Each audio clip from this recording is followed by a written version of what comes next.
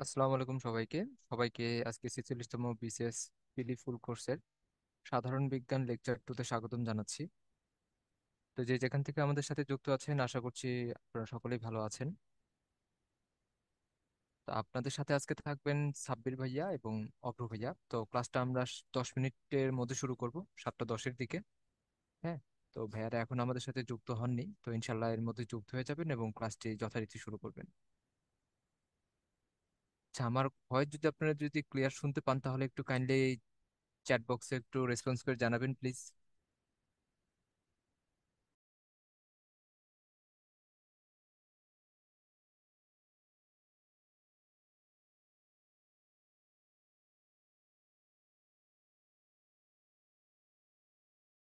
ধন্যবাদ বিপুল ভাইয়া এবং আলামিন ভাইয়া আপনাদেরকে রেসপন্স করার জন্য। তো তাহলে আমরা সবাই একটু অপেক্ষা করি 7টা 10 পর্যন্ত, তারপর আমরা ইনশাল্লাহ শুরু করতে পারবো ক্লাসটি।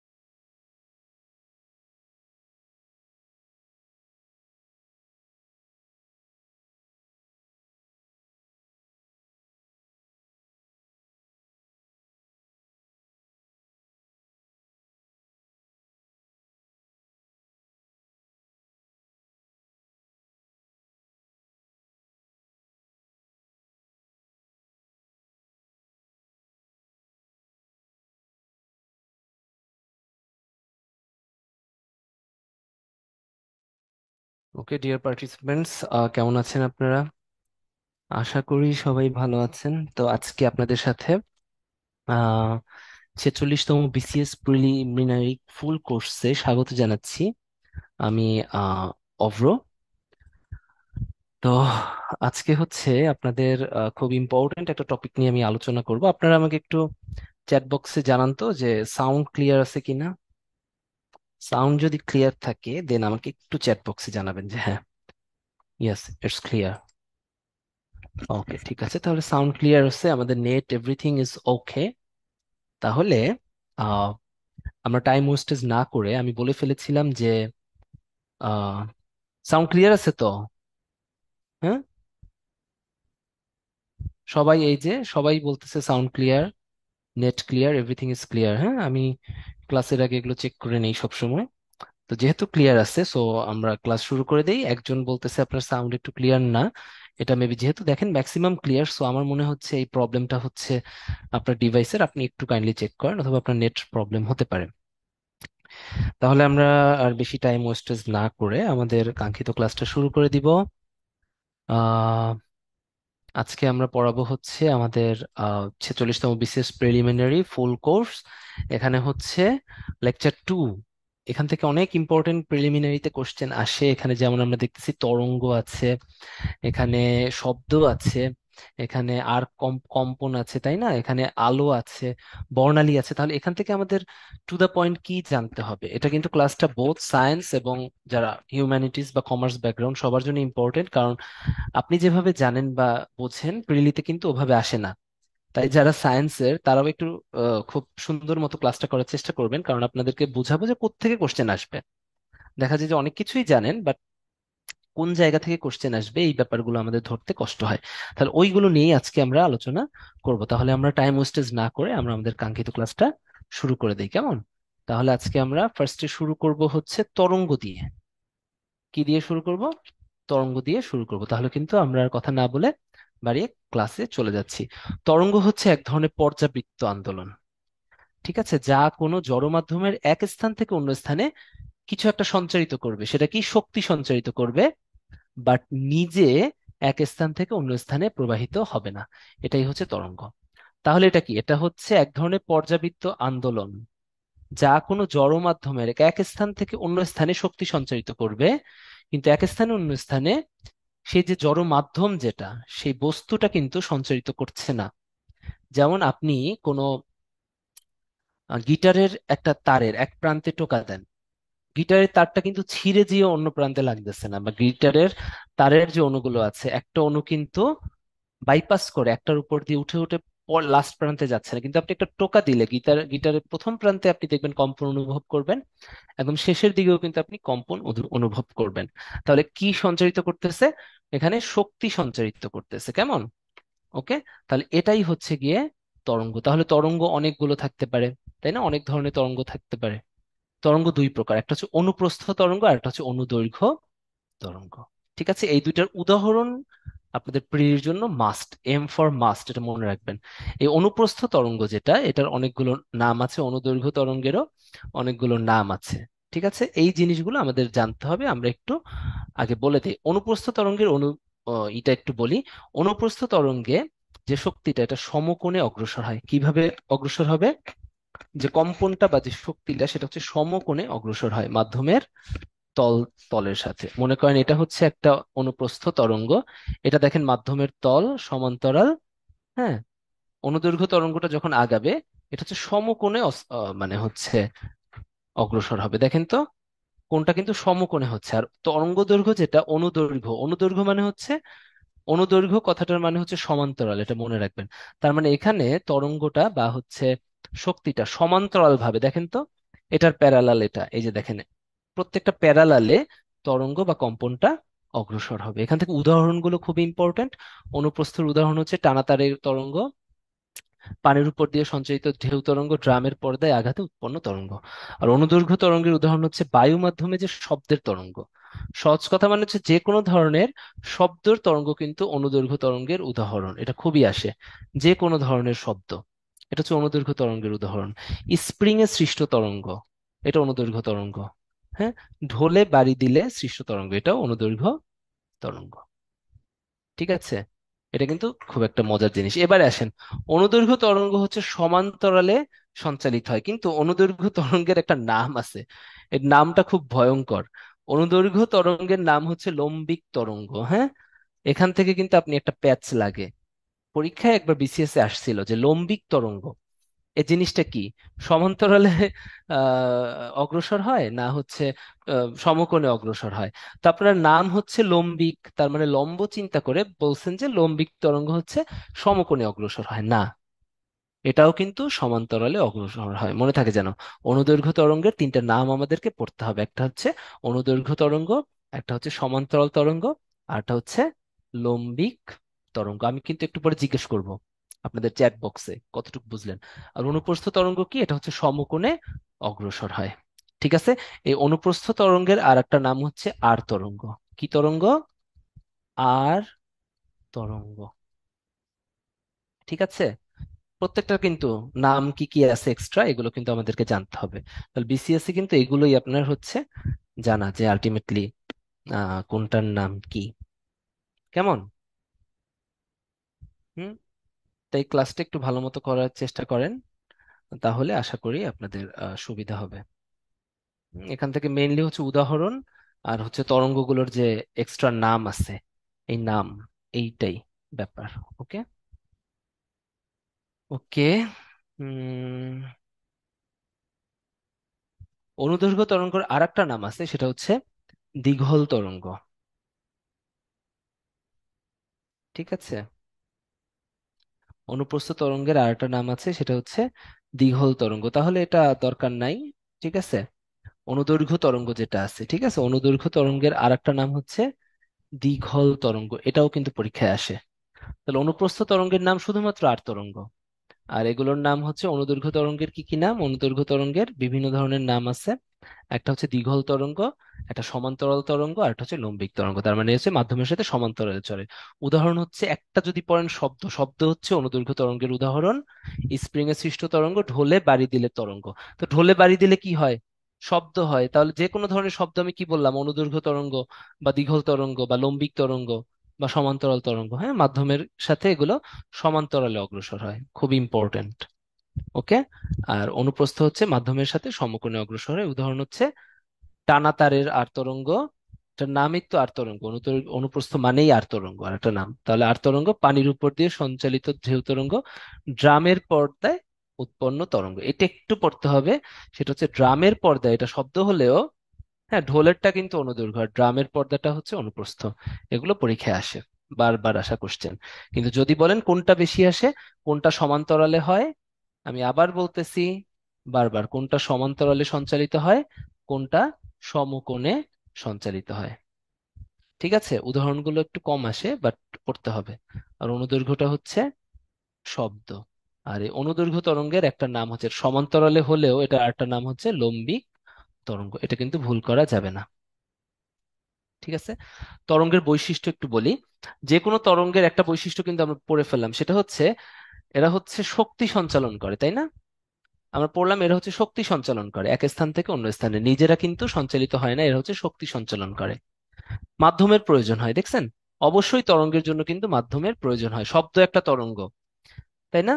বা পানির তরঙ্গ কিন্তু একটা তরঙ্গ, পানি ছাড়া কিন্তু তরঙ্গ তৈরি হচ্ছে না। আবার শব্দ, আমরা যদি বলি যে চাঁদে বায়ু নাই, তাই চাঁদে কিন্তু শব্দ সৃষ্টি হয় না, আমরা কিন্তু এটা অনেকবার পড়েছি বা জানি। হুম।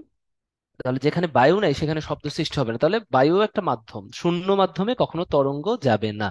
তাহলে অবশ্যই মাধ্যমের প্রয়োজন, শক্তি সঞ্চালন করে, তরঙ্গের প্রতিফলন প্রতিসরণ উপরিপাতন দুইটাই ঘটে। হ্যাঁ, একটা তরঙ্গ যদি যায়, এটা কিন্তু উপরিপাতন ঘটতে পারে, একটা তরঙ্গ যাচ্ছে আবার আর একটা তরঙ্গও যাচ্ছে, তাহলে একটার উপর দিয়ে কিন্তু একটা যেতে পারে, এটাকে বলা হয় তরঙ্গের উপরিপাতন। হ্যাঁ, তরঙ্গের শক্তি যেটা, এটা বিস্তারের বর্গের সমানুপাতিক, এটা খুবই আসে। তরঙ্গের যে শক্তিটা থাকে, এটা হচ্ছে ওদের যে শক্তি, যদি আমরা আই চিন্তা করি তাহলে বিস্তার, যদি এ চিন্তা করি তাহলে বিস্তারের বর্গের সমানুপাতিক। এটা হচ্ছে তরঙ্গের বৈশিষ্ট্য। লাস্টেরটা খুব একটা আসে না, বাট এই জিনিসগুলোই আপনাদের জন্য ইম্পর্টেন্ট। ওকে, তরঙ্গ সংশ্লিষ্ট কিছু রাশি এখানে খুবই ইম্পর্টেন্ট, পর্যায়কাল, কম্পাঙ্ক, তরঙ্গ দৈর্ঘ্য, তরঙ্গ বেগ। এগুলো আমি একটু বলি। পর্যায়কাল হচ্ছে কোনো একটি কণার পূর্ণ স্পন্দন সম্পন্ন হতে যে সময় লাগে তাকে পর্যায়কাল বলে। মনে করেন এটা একটা তরঙ্গ, দেখেন, তাহলে এই জায়গাটা থেকে তরঙ্গ যাত্রা শুরু করেছিল, আবার এই জায়গায় এসে থামে, তাই না? তার মানে একই জায়গায় কিন্তু সে থামতেছে, একই স্থানে কিন্তু সে থামতেছে। তাহলে একটা তরঙ্গকে আমরা বলবো পূর্ণ স্পন্দন। কোন কণার একটি পূর্ণ স্পন্দন মানে কোন শক্তি কোন একটা বিন্দু থেকে শুরু করে আবার ওই বিন্দুতে আসতে যে সময় লাগে তাকে একটা পূর্ণ স্পন্দন বলে। আর একটা পূর্ণ স্পন্দন সম্পন্ন হতে যে সময় লাগে তাকে বলা হয় পর্যায়কাল। তাহলে আমরা যদি এভাবে চিন্তা করি, ঠিক আছে, একই সরল রেখায় একটা তরঙ্গ ছিল, এখন এটার দৈর্ঘ্য হচ্ছে, এটা হচ্ছে তরঙ্গ সঞ্চালিত হয় কি সমকোণে, একবার এদিকে একবার এদিকে, একবার এদিকে একবার এদিকে, একবার এদিকে একবার এদিকে, এভাবে করতে করতে তরঙ্গটা একবার বেজ লাইন টাচ করতেছে, মানে তার যে স্থান ছিল, এই সরল রেখাটা হচ্ছে তার কে সাম্যাবস্থা বা এখানে সে থাকতে চায়। ঠিক আছে, তাহলে একটা তরঙ্গ ওই বিন্দু থেকে যাত্রা শুরু করে আবার ওই বিন্দুতে বা ওই অবস্থানে এসে গেল, তাহলে এই যে একটা কম্পন একে বলা হয় পূর্ণ স্পন্দন। আর এই পূর্ণ স্পন্দনটা সম্পন্ন করতে যে সময় লাগে সেটাকে বলা হয় হচ্ছে পর্যায়কাল। পর্যায়কালকে ক্যাপিটাল টি দ্বারা প্রকাশ করা হয়। কম্পাঙ্ক জিনিসটা খুব মজার, সেটা হচ্ছে প্রতি সেকেন্ডে যতগুলো পূর্ণ স্পন্দন সৃষ্টি হয়। ঠিক আছে, লাইক এই যে এটা হচ্ছে একটা পূর্ণ স্পন্দন। আমি একটু কালারটা চেঞ্জ করি, দেখেন, এটা যদি একটা পূর্ণ স্পন্দন হয়, তাই না?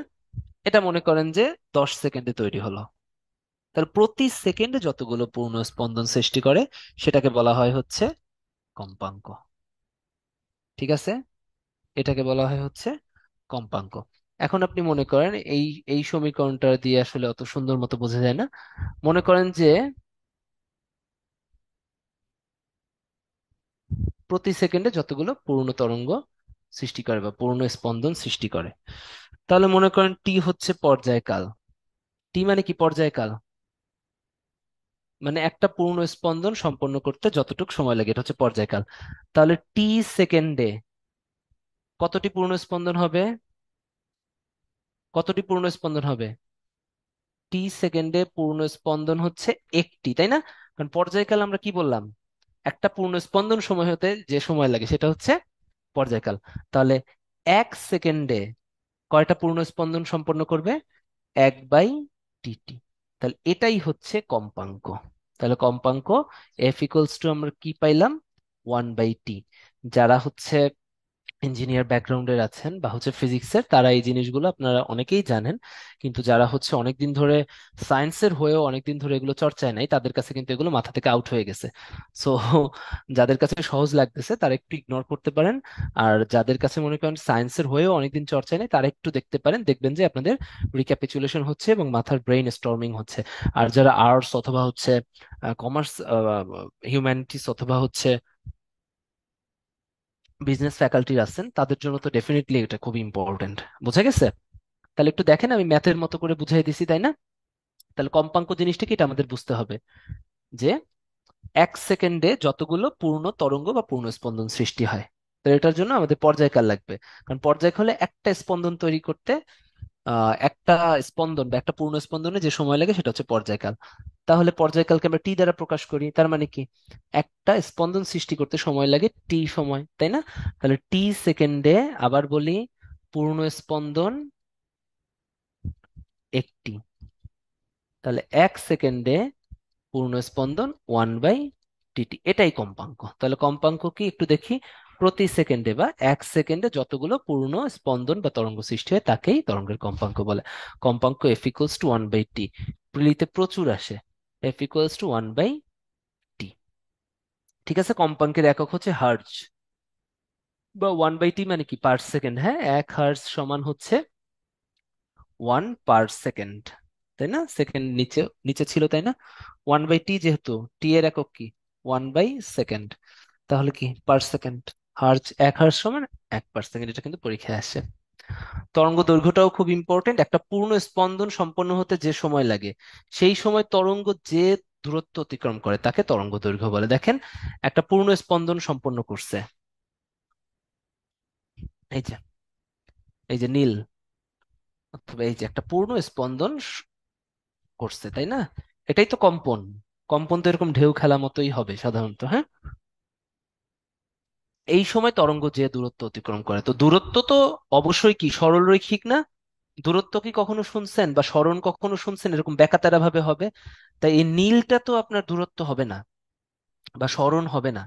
সরণ অবশ্যই প্রথম বিন্দু থেকে শেষ বিন্দুর সরল রৈখিক দূরত্ব, তাই না? সরণ, আমরা যদি সরণের সংজ্ঞায় যাই, সেটা হচ্ছে কোনো বস্তু যেভাবেই তার প্রথম বিন্দু থেকে অন্য একটা বিন্দুতে যাক, হ্যাঁ, মনে করেন যে এটা এখান থেকে ঘুরে পেঁচে সে এখানে গেল, সরণ কিন্তু তার এতটুক। ওকে, দূরত্ব এতটুক। ওকে, তাহলে এক বিন্দু থেকে সরল রৈখিক দূরত্বটাই হচ্ছে দূরত্ব। ঠিক আছে, তাহলে এটাই হচ্ছে এখানে বলছে। তাহলে এই কম্পাঙ্ক কোন দিক থেকে আসলো এটা ফ্যাক্ট না, তাই না? একটা পূর্ণ স্পন্দন বা কম্পন সম্পন্ন একটা হতে হলে তরঙ্গ যে দূরত্ব অতিক্রম করে বা যে সরল রৈখিক দূরত্ব করে অতিক্রম করে, সেটাই হচ্ছে তরঙ্গ দৈর্ঘ্য। তাহলে তরঙ্গ দৈর্ঘ্য কতটুকু হবে? এই যে এতটুকু। ঠিক আছে, এই যে দেখেন এতটুকু, এটার ক্ষেত্রে এতটুকু, এই যে পার্পল কালার বা ব্ল্যাক কালার দিয়ে দেখাইলাম। তাহলে এটা তরঙ্গ দৈর্ঘ্য, হ্যাঁ। একটা পূর্ণ স্পন্দন হতে, এই যে দেখেন একটা পূর্ণ স্পন্দন হলো, এর ফলে তরঙ্গ যে সরল রৈখিক দূরত্বটা অতিক্রম করবে, সেই সময় যে তরঙ্গ যে দূরত্ব, দূরত্ব মানে হচ্ছে সরল রৈখিক দূরত্ব, এটাই হচ্ছে তরঙ্গ দৈর্ঘ্য। তরঙ্গ দৈর্ঘ্যের একক কিন্তু পরীক্ষায় আসে মিটার, তাই না? তরঙ্গ দৈর্ঘ্য যেহেতু। তরঙ্গ বেগ, ওই যে নির্দিষ্ট দিকে 1 সেকেন্ডে তরঙ্গ যে দূরত্ব অতিক্রম করে সেটাই হচ্ছে তরঙ্গ বেগ। হ্যাঁ, মানে বেগ আর কি। দূরত্ব অতিক্রম করলো এতটুক, তাই না? এটা পূর্ণ স্পন্দন সম্পন্ন করতে। হ্যাঁ, তাহলে টি সেকেন্ডে দূরত্ব অতিক্রম করলে করলো কত? ল্যামডা, এটা তরঙ্গ দৈর্ঘ্য। ওকে, তাহলে কি বলছে? 1 সেকেন্ডে কতটুক করলো? তাহলে ল্যামডা বাই টি করলো, তাই না? ল্যামডা বাই টি করলো। ঠিক আছে, এখন এফ ইকুয়ালস টু 1/t বা টি ইকুয়ালস টু এফ টি, এরকম করে একটা হিসাব কিন্তু করা যায়। ঠিক আছে, তাহলে এখান থেকে আমরা কি পাইলাম? V equals to lambda by T. হুম, এখন 1/t, একটু আগের সমীকরণে আমরা কি পাইলাম? এফ। তাহলে V equals to F lambda. এই সমীকরণটা কিন্তু এখান থেকে আসছে, V equals to F lambda, এটাও কিন্তু পরীক্ষার সময় আসে। ঠিক আছে, তরঙ্গ দৈর্ঘ্য যদি আমরা পারি, তরঙ্গ বেগও পারবো। তরঙ্গ দৈর্ঘ্য হচ্ছে একটা পূর্ণ স্পন্দন সম্পন্ন করতে একটা তরঙ্গ যে দূরত্ব অতিক্রম করে। আর নির্দিষ্ট দিকে 1 সেকেন্ডে তরঙ্গ যে দূরত্ব অতিক্রম করে, মানে 1 সেকেন্ডে তরঙ্গ দৈর্ঘ্যটা, তাই না? তাহলে তরঙ্গ দৈর্ঘ্য যদি ল্যামডা হয়, তাহলে একটা পূর্ণ স্পন্দন সম্পন্ন করতে সময় লাগে টি, তাই না? তাহলে টি সেকেন্ডে এটা তরঙ্গ দৈর্ঘ্য অতিক্রম করবে হচ্ছে ল্যামডা, তাই না? তাহলে 1 সেকেন্ডে কি হবে? Lambda by T. তাহলে এটা হচ্ছে তরঙ্গ বেগ। তাহলে V equals to lambda by T. আর 1/t একটু আগে আমরা প্রমাণ করে আসছি কি? এফ। তাহলে V equals to F lambda. এটা কিন্তু পরীক্ষায় আসে, এবং আপনারা যখন রিটেন দিবেন এই সমীকরণটা, এই সোজা সোজা জিনিসগুলো পরীক্ষায় আসে, যে দেখাও V equals to F lambda কিরকম। আমি কিন্তু এখানে এই সমীকরণ দিয়ে লিখে দিছি, আপনাদের একদম বুঝাই কিন্তু সমীকরণগুলো লিখে দিলাম, বলে দিলাম। এরপরেও যদি, হ্যাঁ, ভুল করেন, আমার কিছু করার নেই। পরীক্ষায় কতটুকু আসে? M, V equals to F lambda. এবার যারা ফিজিক্সের, তাদের কাছে খুব হাস্যকর লাগলেও এই জিনিসগুলোই কিন্তু হিউম্যানিটিস এবং বিজনেস ফ্যাকাল্টির জন্য অনেক ভয়ঙ্কর। তাই হাসাহাসি করবেন না, ইভেন যারা বায়োলজিক্যাল ফ্যাকাল্টিতে আছেন তারাও কিন্তু এগুলো ভুলে গেছেন, এখানে অনেকেই ভুলে গেছেন, কেউ স্বীকার করেন আর না করেন। আমি নিজেই ভুলে গেছিলাম, because I am also from biological faculty, so আমার অবস্থা খুবই খারাপ ছিল। ঠিক আছে, সায়েন্সের হয়েও লাস্টে এগুলো কিন্তু ভুলে যাওয়া স্বাভাবিক, আপনি চর্চা নাই। আসেন, এবার হচ্ছে টানা তারের কম্পাঙ্ক, এটা আসলে আসে না। টানা তারের আর কম্পনের 3টা সূত্র পাওয়া যায়, এটা বলছে। এটা সায়েন্স, হিউম্যানিটিস অথবা কমার্স ব্যাকগ্রাউন্ডে যারা আছেন ভয় পাবেন না। এটা হচ্ছে রিটেনের জন্য ইম্পর্টেন্ট, খুব সহজ কথায়। এটা কিন্তু প্রিলিমিনারির জন্য ইজ নট ইম্পর্টেন্ট। আপনার দেখেন কোর্সটার নাম হচ্ছে প্রিলি ফুল কোর্স। হ্যাঁ, এটা রিটেনে আসে টানা তারের সূত্রটা। এটা কিছুই না, সেটা হচ্ছে টানা তারের কম্পাঙ্ক। আমরা এফ বললাম না ভাই? এটা হচ্ছে ওরা এফ কম্পাঙ্ককে এফ এর বদলে এন দিয়ে লিখছে। ঠিক আছে, সেটা হচ্ছে টানা তার একটা, এটা একটা তার মনে করেন ঝুলাই দিলেন, এটাকে আপনি টোকা দিলেন, এখানে মনে করেন একটা কাগজ ঝুলাই দিলেন, এটাতে টোকা দিলেন, তাহলে এটা কম্পিত হবে না উপরের নিচের দিকে? কম্পিত হবে। খুব সহজ কথায় তখন এর যে কম্পাঙ্ক গুলো হবে কেমন হবে? ঠিক আছে, তখন এর কম্পাঙ্ক হচ্ছে এই যে তারের যে দৈর্ঘ্য, তারের দৈর্ঘ্য যদি এল মনে করেন, হ্যাঁ, এল এর ব্যস্তানুপাতিক। ব্যস্তানুপাতিক কথাটার মানে হচ্ছে দৈর্ঘ্য যদি বাড়ে কম্পাঙ্ক কমবে, দৈর্ঘ্য যদি কমে কম্পাঙ্ক বাড়বে। এবং ব্যস্তানুপাতিকটা আমরা সাধারণত এভাবে লিখি, হ্যাঁ, এরকম একটা সাইন, এটাকে সমানুপাতিক সাইন বলে। এবং ব্যস্তানুপাতিক হতে হলে ব্যস্তানুপাতিক যে জিনিসটা বলবো ওটা হচ্ছে 1/, নিচে হরে আমরা ওই ব্যস্তানুপাতিকটা লিখি। ঠিক আছে, তাহলে কি দৈর্ঘ্যের সূত্রটা হচ্ছে এন, এন হচ্ছে কম্পাঙ্ক, কম্পাঙ্ক হচ্ছে দৈর্ঘ্যের বা টানা তার যেটা থাকবে ওটার দৈর্ঘ্যের ব্যস্তানুপাতিক। ওকে। আর টি কি? পর্যায়কাল। পর্যায়কাল, হ্যাঁ, এটা হচ্ছে কম্পাঙ্কটা কি? এন, সমানুপাতিক। এটা তো দেখেন তো সরাসরি আছে, এই সাইনটা মানে হচ্ছে বর্গমূল, পর্যায়কালের বর্গমূলের সমানুপাতিক। ঠিক আছে, কম্পাঙ্কটা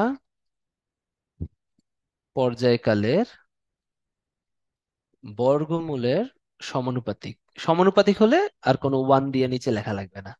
আর ভরের সূত্র, ওটার যে একক ভর, হ্যাঁ, ওই তারের যে একক দৈর্ঘ্যের ভর ওটাকে এম দ্বারা প্রকাশ করা হয়। আপনি ভর মনে করেন, ভরটা হচ্ছে ওই যে টানা তারের একক দৈর্ঘ্যের ভরের বর্গমূলের ব্যস্তানুপাতিক। দেখেন তো এমটা নিচে আছে, বর্গমূলের ব্যস্তানুপাতিক। এটা রিটেনের জন্য লাগবে, এটা কিন্তু প্রিলির জন্য লাগবে না, তারপরে আমি বলে দিলাম।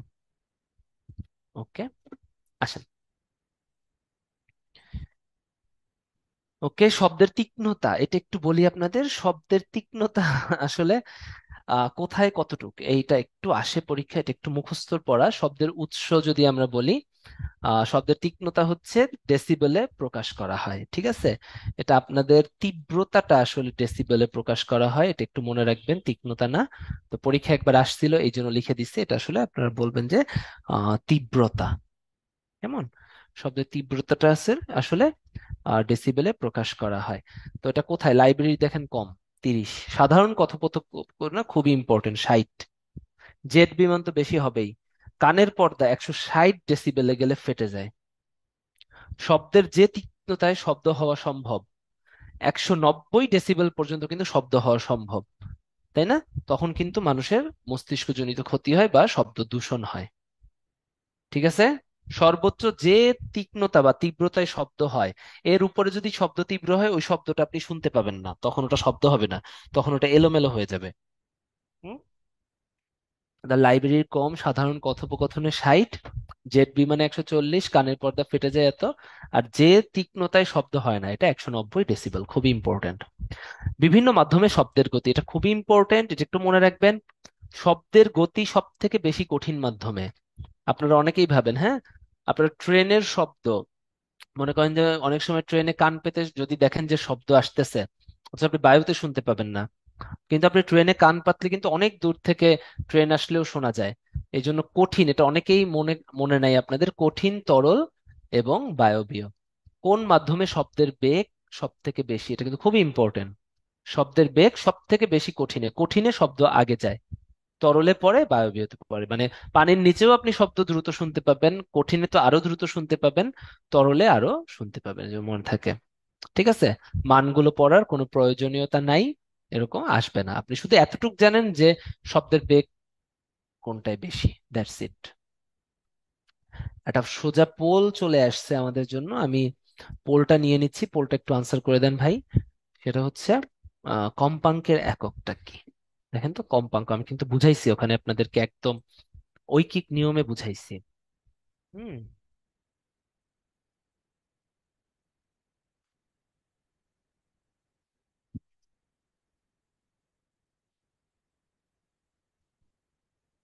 দেখি কতজন ঠিকঠাক করতেছেন।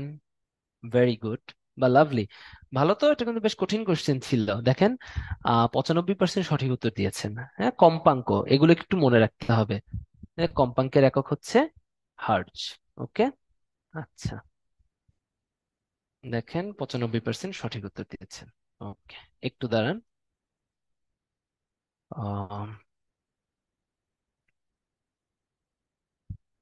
এবারে শ্রাব্যতার পাল্লা, ভেরি ভেরি ইম্পর্টেন্ট। এই শ্রাব্যতার পাল্লা, এই জিনিসটা খুবই ইম্পর্টেন্ট। আচ্ছা, আপনার একটু লাইনে থাকেন, হ্যাঁ, একটু।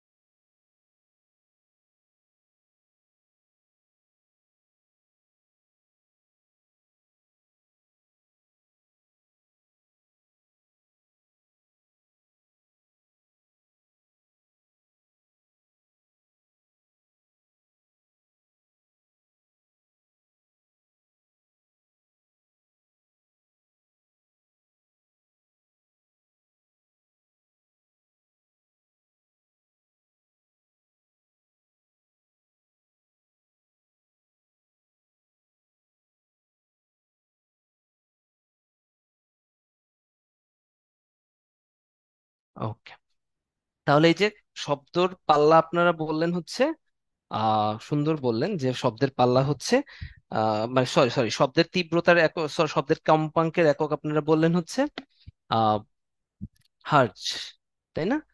মানে 1 সেকেন্ডে যতগুলো পূর্ণ কম্পন সম্পন্ন করে। এখন এই শব্দর কম্পাঙ্ক কতটুক থেকে কতটুক হলে আপনি শব্দ শুনবেন, এটার উপর ভিত্তি করে শব্দকে দুই ভাগে ভাগ করা যায়। একটা হচ্ছে শব্দের তরঙ্গ, আর একটা হচ্ছে শব্দোত্তর। শব্দোত্তর মানে কি? উত্তর, তাই না? শব্দোত্তর কথাটার মানে হচ্ছে উত্তর। What do you mean by উত্তর? মানে বেশি। উত্তর কথাটার মানে কি? উত্তর কথাটার মানে হচ্ছে বেশি। তার মানে হচ্ছে বেশি, তাই না? আর শব্দে তর, তর কথাটার মানে হচ্ছে, এতর কথার মানে হচ্ছে ইতর, মানে কম। একটু নেই, এতর আসছে ইতর থেকে। ওকে, তাহলে শ্রাব্যতার পাল্লা সাধারণ কতটুক থেকে কতটুক কম্পাঙ্ক হলে মানুষ শব্দ শুনে? দেখেন, 20,000 হার্জ থেকে 20,000 হার্জ এর মধ্যেই যদি শব্দ তৈরি হয়, আমি আপনি শব্দ শুনবো। এর কম হলেও শুনবো না, এর বেশি হলেও শুনবো না। উৎসের কম্পাঙ্ক, তাই না? শব্দের কম্পাঙ্কটা যদি 20 হার্জের কম হয়, তবে তাকে শব্দের তর বলে, তাই না? কম্পাঙ্ক যদি 20 হার্জ, মানে নর্মাল সব শ্রাব্যতার সীমা কত? 20 হার্জ থেকে 20,000 হার্জ, তাই না? বোঝার চেষ্টা করেন। এর ভিতরে থাকলে আপনি শব্দ শুনবেন, এর কম হলেও শুনবেন না, বেশি হলেও শুনবেন না, সেটা যত তীব্র শব্দই হোক। তাহলে 20 হার্জের কম হলে তো আপনি শুনবেনই না, একে শব্দের তরঙ্গ বলে, তাই না? এই ধরনের শব্দকে অবশ্রুতি শব্দ বা ইনফ্রাসনিক। ইনফ্রা কথাটার মানে কি? নিচু। আর সুপ্রা মানে কি, বা আলট্রা মানে কি? উপরে। ইনফ্রা বলে না ইনফেরিয়রিটি বা ইনফেরিয়রিটি কমপ্লেক্সে ভুগেন আপনারা অনেকে, বা অনেকে সুপেরিয়রিটি বা আলট্রা কমপ্লেক্সি, মানে কমপ্লেক্সে ভুগেন, তাই না? আলট্রাসনিক, আলট্রা মানে কি? বেশি বেশি। ইনফ্রা মানে একটু নিচে। ইনফেরিয়রিটি থেকে আসছে হচ্ছে ইনফ্রা, সুপেরিয়রিটি থেকে আসছে সুপ্রা। বা সুপ্রা না বলে আমরা বলি আলট্রা, বলে না ultra, ultra fashion, ultra modern, মানে অনেক বেশি। তাহলে এই শ্রাব্যতার 20 হার্জের যদি নিচে হয়, এটাকে ইনফ্রাসনিক তরঙ্গ বলে। পরীক্ষায় আসছে অবশ্রুতি বা কম, বা শব্দোত্তর তরঙ্গ। আর শব্দোত্তর, উত্তর বেশি, যদি 20 হার্জের বেশি হয়, তাকে তাকে শব্দোত্তর তরঙ্গ বলে। এগুলোকে শ্রবণাতীত শব্দ বা অতি শব্দও বলা হয়, বা আল্ট্রাসনিক তরঙ্গ বলা হয়। খুবই ইম্পর্টেন্ট। ঠিক আছে, মানুষ কিন্তু এই সীমার বেশি কম্পাঙ্ক শুনতে পায় না, কিন্তু কুকুর বা বাদুড় এই শব্দগুলোও শুনতে পায়। ঠিক আছে, তিমি মাছও কিন্তু শব্দোত্তর তরঙ্গের মাধ্যমে পরস্পরের সাথে যোগাযোগ ও মনোভাব বজায় রাখে। কুকুর, তিমি মাছ এরা কিন্তু সাধারণত 20,000 হার্জের বেশি শুনতে পায়, মানুষ শুনতে পায় না। ওকে, এটা যেন মনে থাকে। শব্দের প্রতিধ্বনি আমরা একটু আসি। কোন উৎস থেকে সৃষ্ট শব্দ দূরবর্তী কোনো মাধ্যমে বাধা পেয়ে যদি উৎসের কাছে ফিরে আসে, এটাকে বলা হয় শব্দের শব্দের প্রতিধ্বনি। কোন শব্দ শোনার পর প্রায় 0.1 সেকেন্ড ওই শব্দের রেশ আমাদের মস্তিষ্কে থাকে, এটাকে বলা হয় শব্দানুভূতির স্থায়িত্বকাল। কোন শব্দ আপনি শুনলেন, এই শব্দ শোনার পর ওটার রেশ কতক্ষণ আপনার কানে থাকবে? ওটার রেশ আপনার কানে থাকবে হচ্ছে 0.1 সেকেন্ড। ঠিক আছে, এটাকে বলা হয় হচ্ছে শব্দানুভূতির স্থায়িত্বকাল। খুবই ইম্পর্টেন্ট কিন্তু এটা। ওকে। ওকে। আর শব্দের প্রতিধ্বনি আর শোনার জন্য উৎস, মনে করেন এখান থেকে শব্দ হবে, এরপরে প্রতিধ্বনিটা আপনি শুনবেন, তাহলে এটা যদি উৎস হয় বা সোর্স হয়, আর এটা হচ্ছে প্রতিধ্বনির জন্য প্রতিফলক, যেটাতে বাধা পেয়ে আপনার হচ্ছে শব্দটা ফিরে যাবে। এই উৎস এবং প্রতিফলক যেটা আছে, হ্যাঁ, এই দুইটার দূরত্ব ন্যূনতম 16.5 মিটার হওয়া উচিত। এই জন্য ঘরের মধ্যে আমরা কিন্তু প্রতিধ্বনি শুনি না। কিন্তু আপনি দেখবেন বড় বড় হল রুমে আপনি কথা বললে কিন্তু প্রতিধ্বনি শুনবেন, কারণ সেখানে দূরত্বটা 16.5 মিটার ন্যূনতম বা এর বেশি। ওকে। শব্দের প্রতিধ্বনি ব্যবহার করে সমুদ্র ও কুয়ার গভীরতা নির্ণয় করা যায়। মনে করেন একটা সমুদ্রের গভীরতা আমি দিব, তাই না? জাহাজ থেকে শব্দ করে আমি পাঠাইলাম, ওটা সমুদ্রের তল থেকে বাধা পেয়ে ফিরে আসলো। এরপরে শব্দের বেগ, পানিতে যে শব্দের বেগ, ঠিক আছে, শব্দের বেগ পানিতে কত? ভি, মনে করেন ভি ইকুয়ালস টু হচ্ছে এই যতটুকু দূরত্ব অতিক্রম করলো, তাই না, ডি বাই টি। ঠিক আছে। তাহলে আমরা দূরত্ব কিভাবে পাবো? তাহলে পানিতে শব্দের বেগ আমরা জানি, কতটুকু সময় লাগছে সেটাও আমরা জানলাম, তাই না? বুঝতে পারছেন? এখন মনে করেন এই যে এখান থেকে যে এখানে এসে কতটুকু সময় লাগলো, সময়টা হচ্ছে টি, আপনি জানলেন। তাহলে কি দূরত্বটা, কি দূরত্বটা হচ্ছে তখন হবে টি। তাহলে কতটুকু দূরত্ব আপনি বের করতে পারবেন না উৎস থেকে আহ সমুদ্র তলের দূরত্ব বা কুয়ার দূরত্ব। এভাবেই কিন্তু আমরা শব্দের সাহায্যে আহ সমুদ্র ও কুয়ার গভীরতা নির্ণয় করে থাকি। খুবই ইম্পর্টেন্ট পরীক্ষার জন্য। তা শব্দের প্রতিফলনের ব্যবহার প্রথমেই বললাম, সেটা হচ্ছে সমুদ্রের গভীরতা নির্ণয়, তাই না? এছাড়া সমুদ্রের নিচে যদি কোনো ডুবোজাহাজ থাকে, যেমন টাইটানকে কিন্তু এই শব্দের মাধ্যমেই নির্ণয় করা হয়েছে, তাই না? উপর থেকে প্রতিধ্বনি পাঠানো হয়েছে, ওরা টাইটানে বাধা পাইছে। হিমশৈল, তাই না? পোতাশ্রয়ের মুখ থেকে জাহাজকে প্রদর্শন। ঠিক আছে। আল্ট্রাসোনোগ্রাফির সাহায্যে রোগ নির্ণয় ও চিকিৎসা, এটাও কিন্তু শব্দের প্রতিফলনের মাধ্যমে করা হয়। ঠিক আছে, আল্ট্রাসোনোগ্রাফি। হ্যাঁ, এখানে আমরা যে তরঙ্গটা বানাই, আল্ট্রাসোনোগ্রাফি মানে কি? শব্দোত্তর তরঙ্গ পাঠায়, 20,000 হার্জের বেশি তরঙ্গ পাঠায়। ধাতব পাঠে সূক্ষ্ম ফাটল অনুসন্ধান, তরল মিশ্রণ তৈরিতে, ক্ষতিকারক ব্যাকটেরিয়া ধ্বংস করতে, সূক্ষ্ম ইলেকট্রনিক যন্ত্রপাতি তৈরিতে। হ্যাঁ, মানুষের হৃদস্পন্দন নির্ণয় করতেও কিন্তু শব্দের প্রতিফলন ব্যবহার করা হয়। এটা কিন্তু খুবই ইম্পর্টেন্ট, পরীক্ষায় আসে। ডপলার প্রভাব কিছুই না, সেটা হচ্ছে কোনো উৎস, গতিশীল উৎস, সেটা যদি দূরে চলে যায় তখন কিন্তু শব্দের তীব্রতাটা কমে যায় বা কম্পাঙ্ক আস্তে আস্তে কমে যায়। যেমন একটা ট্রেন শব্দ করতে করতে দূরে চলে যায়, তখন কিন্তু শব্দের তীব্রতাটা কমে যায়, সাউন্ড কম শোনে। কিন্তু একটা ট্রেন যখন দূরবর্তী স্থান থেকে আপনার দিকে আসতে থাকে, তখন কিন্তু আস্তে আস্তে যত কাছে আসে তত কিন্তু শব্দের তীব্রতাটা বেড়ে যায়। তখন কিন্তু শব্দ তীব্রতাটা আপেক্ষিকভাবে আপনার কানে বেড়ে যায়, কিন্তু এমন না যে সে তীব্রতা বাড়াই দিছে। সে কিন্তু 50 কিলোমিটার দূরত্বে যে হারে সাউন্ড করতেছিল, তার ইঞ্জিনের যে সাউন্ডটা, যখন স্টেশনের কাছে আসছে তখন কিন্তু আপনি সাউন্ডটা আরো দ্রুত শুনতেছেন, তাই না? মনে করেন 5 মিনিট দূরত্বে একটা ট্রেন আসতেছে, আপনি ঝিকঝিক ঝিকঝিক শুনতেছেন, কিন্তু ওই ঝিকঝিক ঝিকঝিকটা আপনার কানে একটু কম বাজতেছে, কিন্তু 5 মিনিট পরে যখন এটা স্টেশনের কাছাকাছি প্ল্যাটফর্মে চলে আসলো, কিন্তু প্রচুর তীব্র সাউন্ড করে আপনি শুনলেন। এটাই হচ্ছে ডপলার প্রভাব। ঠিক আছে। সেটা হচ্ছে আপেক্ষিক গতির পরিবর্তনের ফলে শব্দের কম্পাঙ্কের যে পরিবর্তন আপনি লক্ষ্য করেন, সেটাই হচ্ছে ডপলার প্রভাব। ঠিক আছে। ওকে। তাহলে একটা পোল নিয়ে নেই।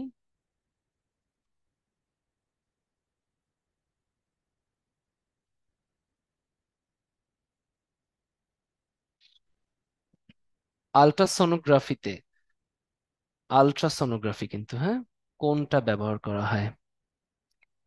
20,000 হার্জের কম, 20,000 হার্জের বেশি, 20 হার্জের কম, না 20,000 হার্জের বেশি? তাড়াতাড়ি।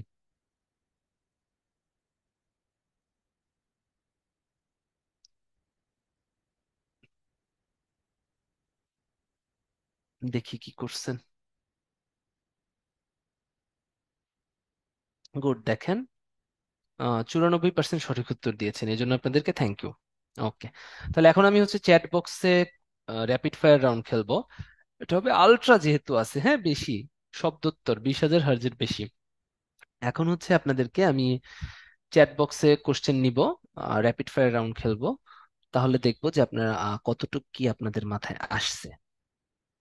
কেমন এই ব্যাপারটা নিয়ে আমরা তাহলে একটু দেখি যে আপনারা কতটুকু পড়লেন বা কতটুকু কি করলেন।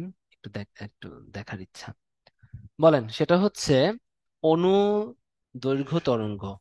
এরা কি মাধ্যমের সাথে সমান্তরালে অগ্রসর হবে না সমকোণে? তাড়াতাড়ি।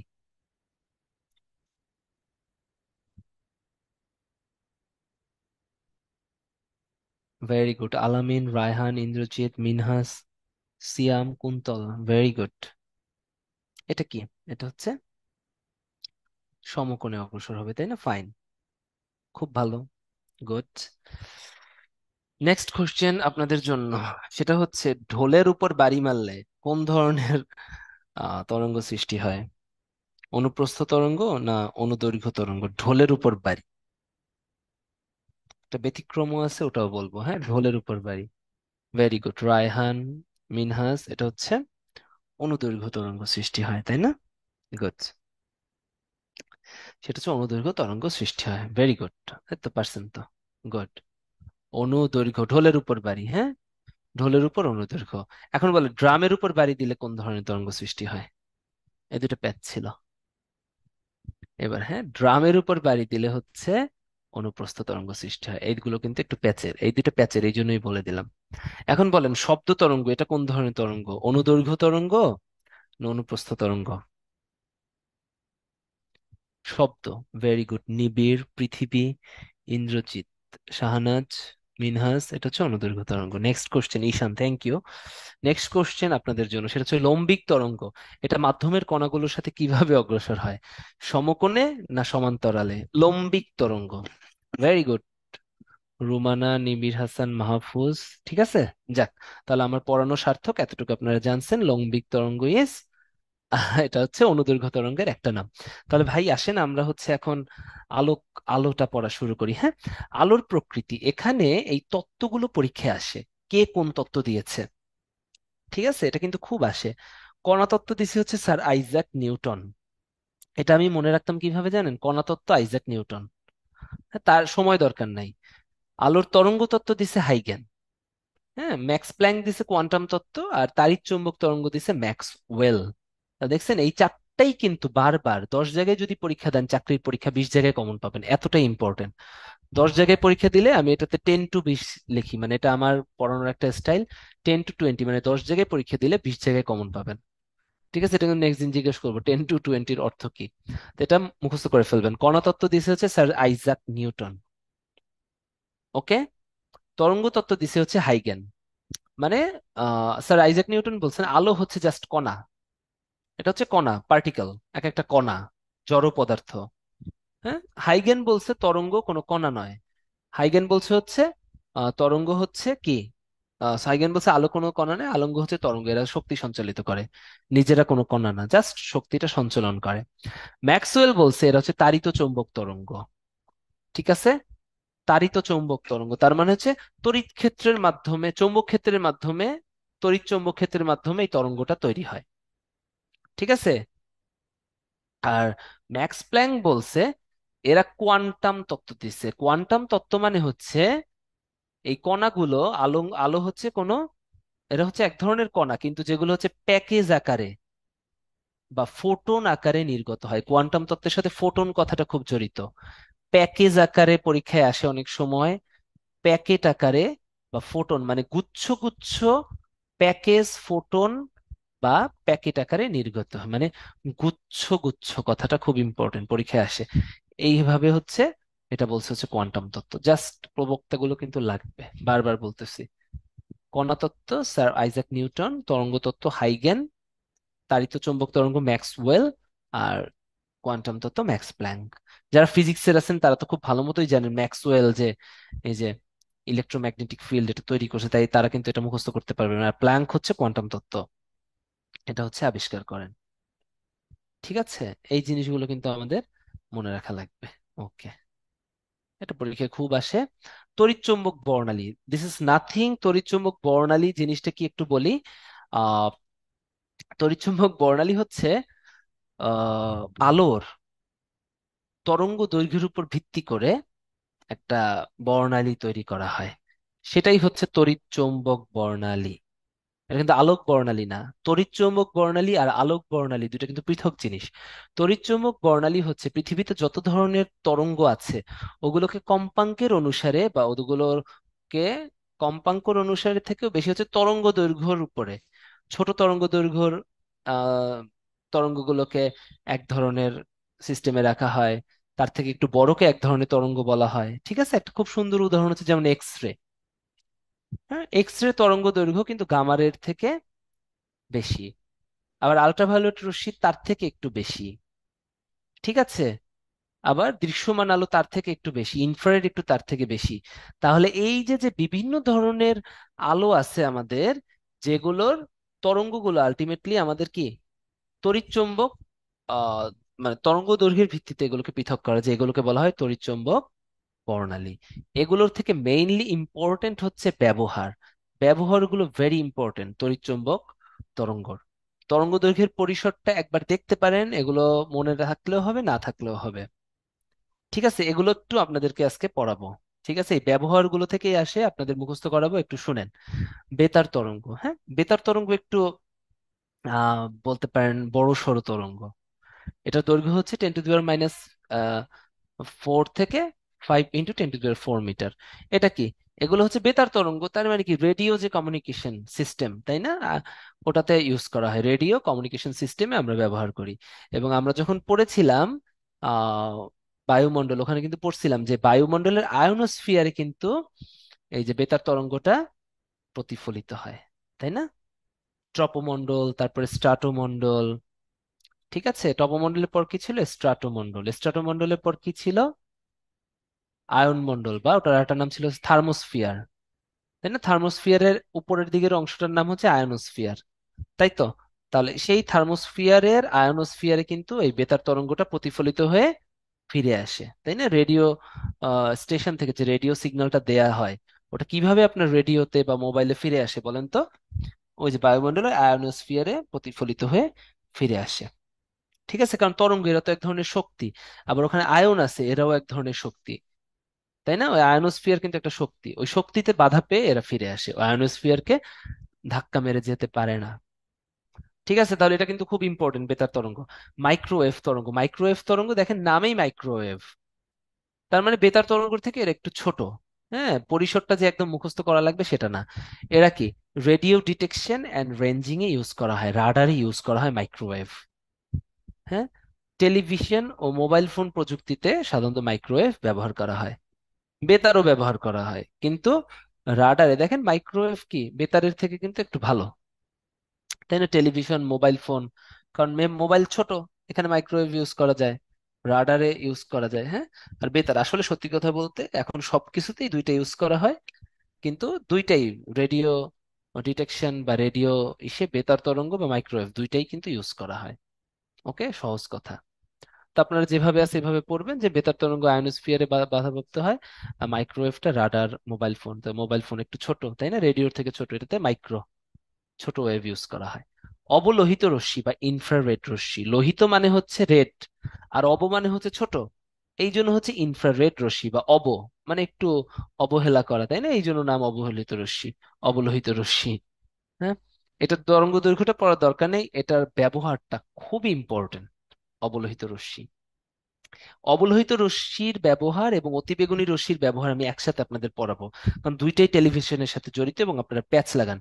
ভাই, টেলিভিশনের যে স্ক্রিন আছে, পুরান টেলিভিশন বা নষ্ট টেলিভিশন বা অনেকদিন ব্যবহার হওয়া টেলিভিশন বা যে কোনো রঙিন টেলিভিশনের স্ক্রিন থেকে বের হয় হচ্ছে আল্ট্রাভায়োলেট রশ্মি।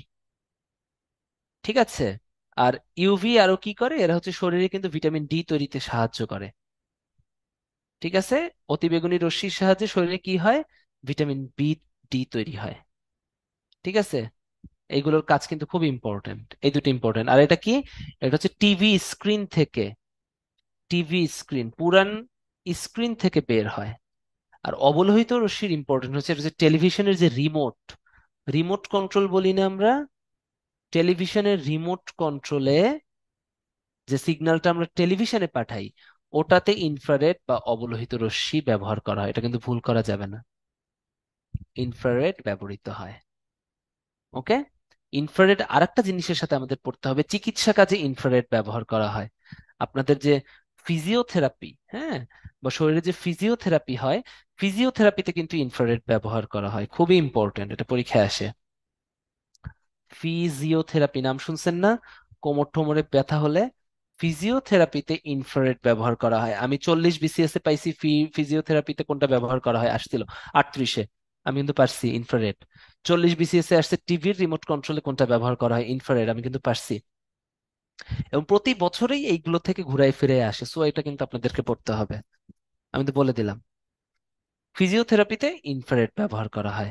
আর আপনারা ভাবেন এক্স রে মানে হচ্ছে কি চিকিৎসা কাজে ব্যবহার, না, এক্স রে হচ্ছে কোন শরীরের ভিতরের অঙ্গ প্রত্যঙ্গের ছবি তোলা। কোনো হার্ট, কোনো অংশ যদি ভেঙে যায়, দাঁত ভেঙে যায়, দাঁতে সমস্যা হয়, হাড্ডিতে সমস্যা হয়, তখন এক্স রে করি। ঠিক আছে, কোনো অঙ্গ প্রত্যঙ্গের ছবিও তোলা। আর ফিজিওথেরাপি কি, একটা থেরাপি। হ্যাঁ, একটা থেরাপি দেওয়া, চিকিৎসা দেওয়া। এখানে কিন্তু কোনো ছবি তোলা হচ্ছে না। তাহলে বিভিন্ন অঙ্গ প্রত্যঙ্গের হাড়ের ভাঙা অংশের ছবি তুলতে হচ্ছে এক্স রে ব্যবহার করি, কিন্তু ফিজিওথেরাপি চিকিৎসায় আমি কিন্তু ইনফ্রারেড ইউজ করি। গামা রশ্মি খুবই ইম্পর্টেন্ট, তেজস্ক্রিয় পদার্থের ক্ষয় থেকে গামা রশ্মি উৎপন্ন করা হয়। এটা অত্যন্ত শক্তিশালী ও ক্ষমিকার, এটা খুবই ইম্পর্টেন্ট, যে কটা লিখে দিলাম। বমির ভাব করে, গামা রশ্মি বমির ভাব করে, খুবই ইম্পর্টেন্ট। ক্যান্সার সৃষ্টির জন্য একদিকে দায়ী, ক্যান্সার সৃষ্টিতে দায়ী, আবার ক্যান্সার কোষ ধ্বংস করতেও ব্যবহার করা হয়। আবার ক্যান্সার কোষ ধ্বংসেও ব্যবহৃত হয়। খুবই ইম্পর্টেন্ট কিন্তু প্রত্যেকটা ব্যবহার। আমি কিন্তু একটু পরে জিজ্ঞেস করব। আর দৃশ্যমান আলো তো জানেনই, দৃশ্যমান আলোতে কি, আপনারা দেখেন সবকিছু, যে আলোর কারণে আমরা দেখি, যেটা হচ্ছে বস্তু থেকে আমার চোখে পড়ে, এজন্য আমরা দেখি। ওকে, এই যে দৃশ্যমান আলো, হ্যাঁ। আলোর বিচ্ছুরণ একটু বলি, আলোর বিচ্ছুরণটা কি? এই যে দৃশ্যমান আলো, আলোর বিচ্ছুরণ বলতে আমরা মূলত দৃশ্যমান আলোর বিচ্ছুরণ বুঝি। এখন দৃশ্যমান আলো যেটা আছে, এটা মূলত কালার আমরা বলি সাদা, যেটা আমরা দেখতে পাই না। কিন্তু এটা যদি একটা প্রিজমের মধ্য দিয়ে আপনি পাস করেন, তাহলে আপনি 7টা আলোর পট্টি পাবেন, বেনিয়া সহ কলা। বেতিতে হচ্ছে বেগুনি, নীল, আতে হচ্ছে আসমানি, শতে সবুজ, হতে হলুদ, কতে কমলা, লাতে লাল। এই 7টা আলোকে যখন আমরা আলাদা আলাদা ভাবে প্রিজমের মধ্য দিয়ে আলো পাস করে দেখতে পাবো, এটাকে বলবো আমরা আলোক বিচ্ছুরণ। ঠিক আছে, এটাকে আমরা কি পাবো? এটাকে আমরা বলবো হচ্ছে আলোর বিচ্ছুরণ। এখন এখান থেকে কয়েকটা জিনিস আমাদের খুব ইম্পর্টেন্ট দিয়ে পড়তে হবে। সেটা হচ্ছে আমি আজকে বলবো, শুনবেন। লাল আলো, ফার্স্টে আমরা কি পড়বো? লাল আলো। একটা জিনিস মনে রাখবেন, লাল আলোর তরঙ্গ দৈর্ঘ্য সব থেকে বেশি, লাল আলোর তরঙ্গ দৈর্ঘ্য সব থেকে বেশি। ঠিক আছে, আর বেগুনি আলোর কম। আর সব বিপরীত। ওকে, বেগুনি আলোর তরঙ্গ দৈর্ঘ্য কি?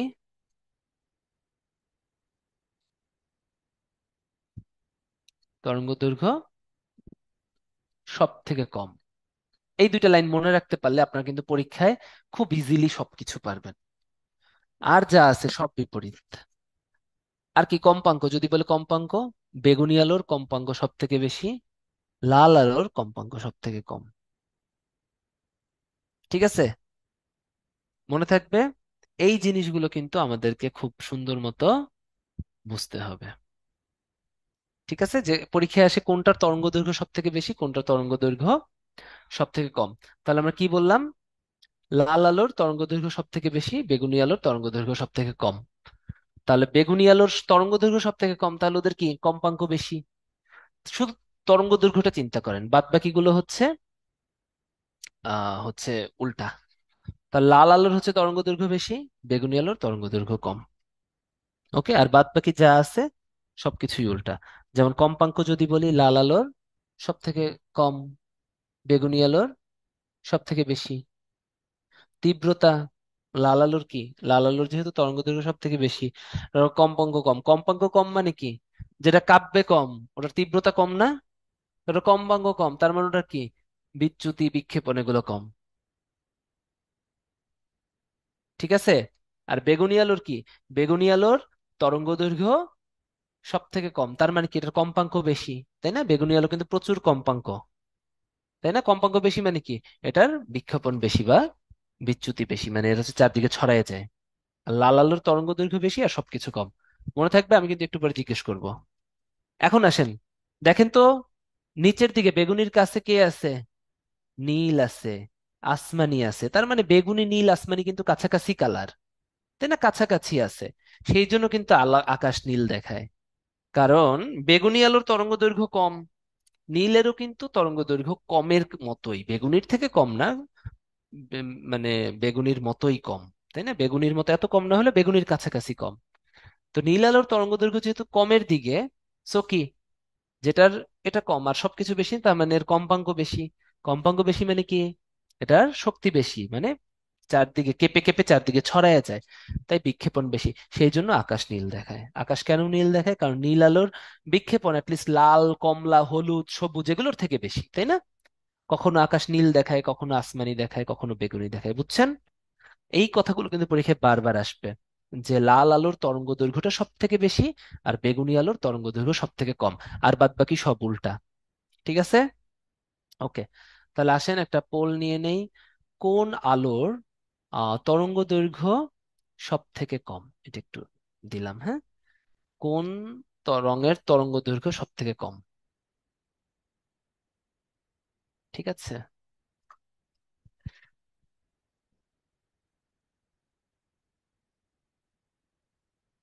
গুড।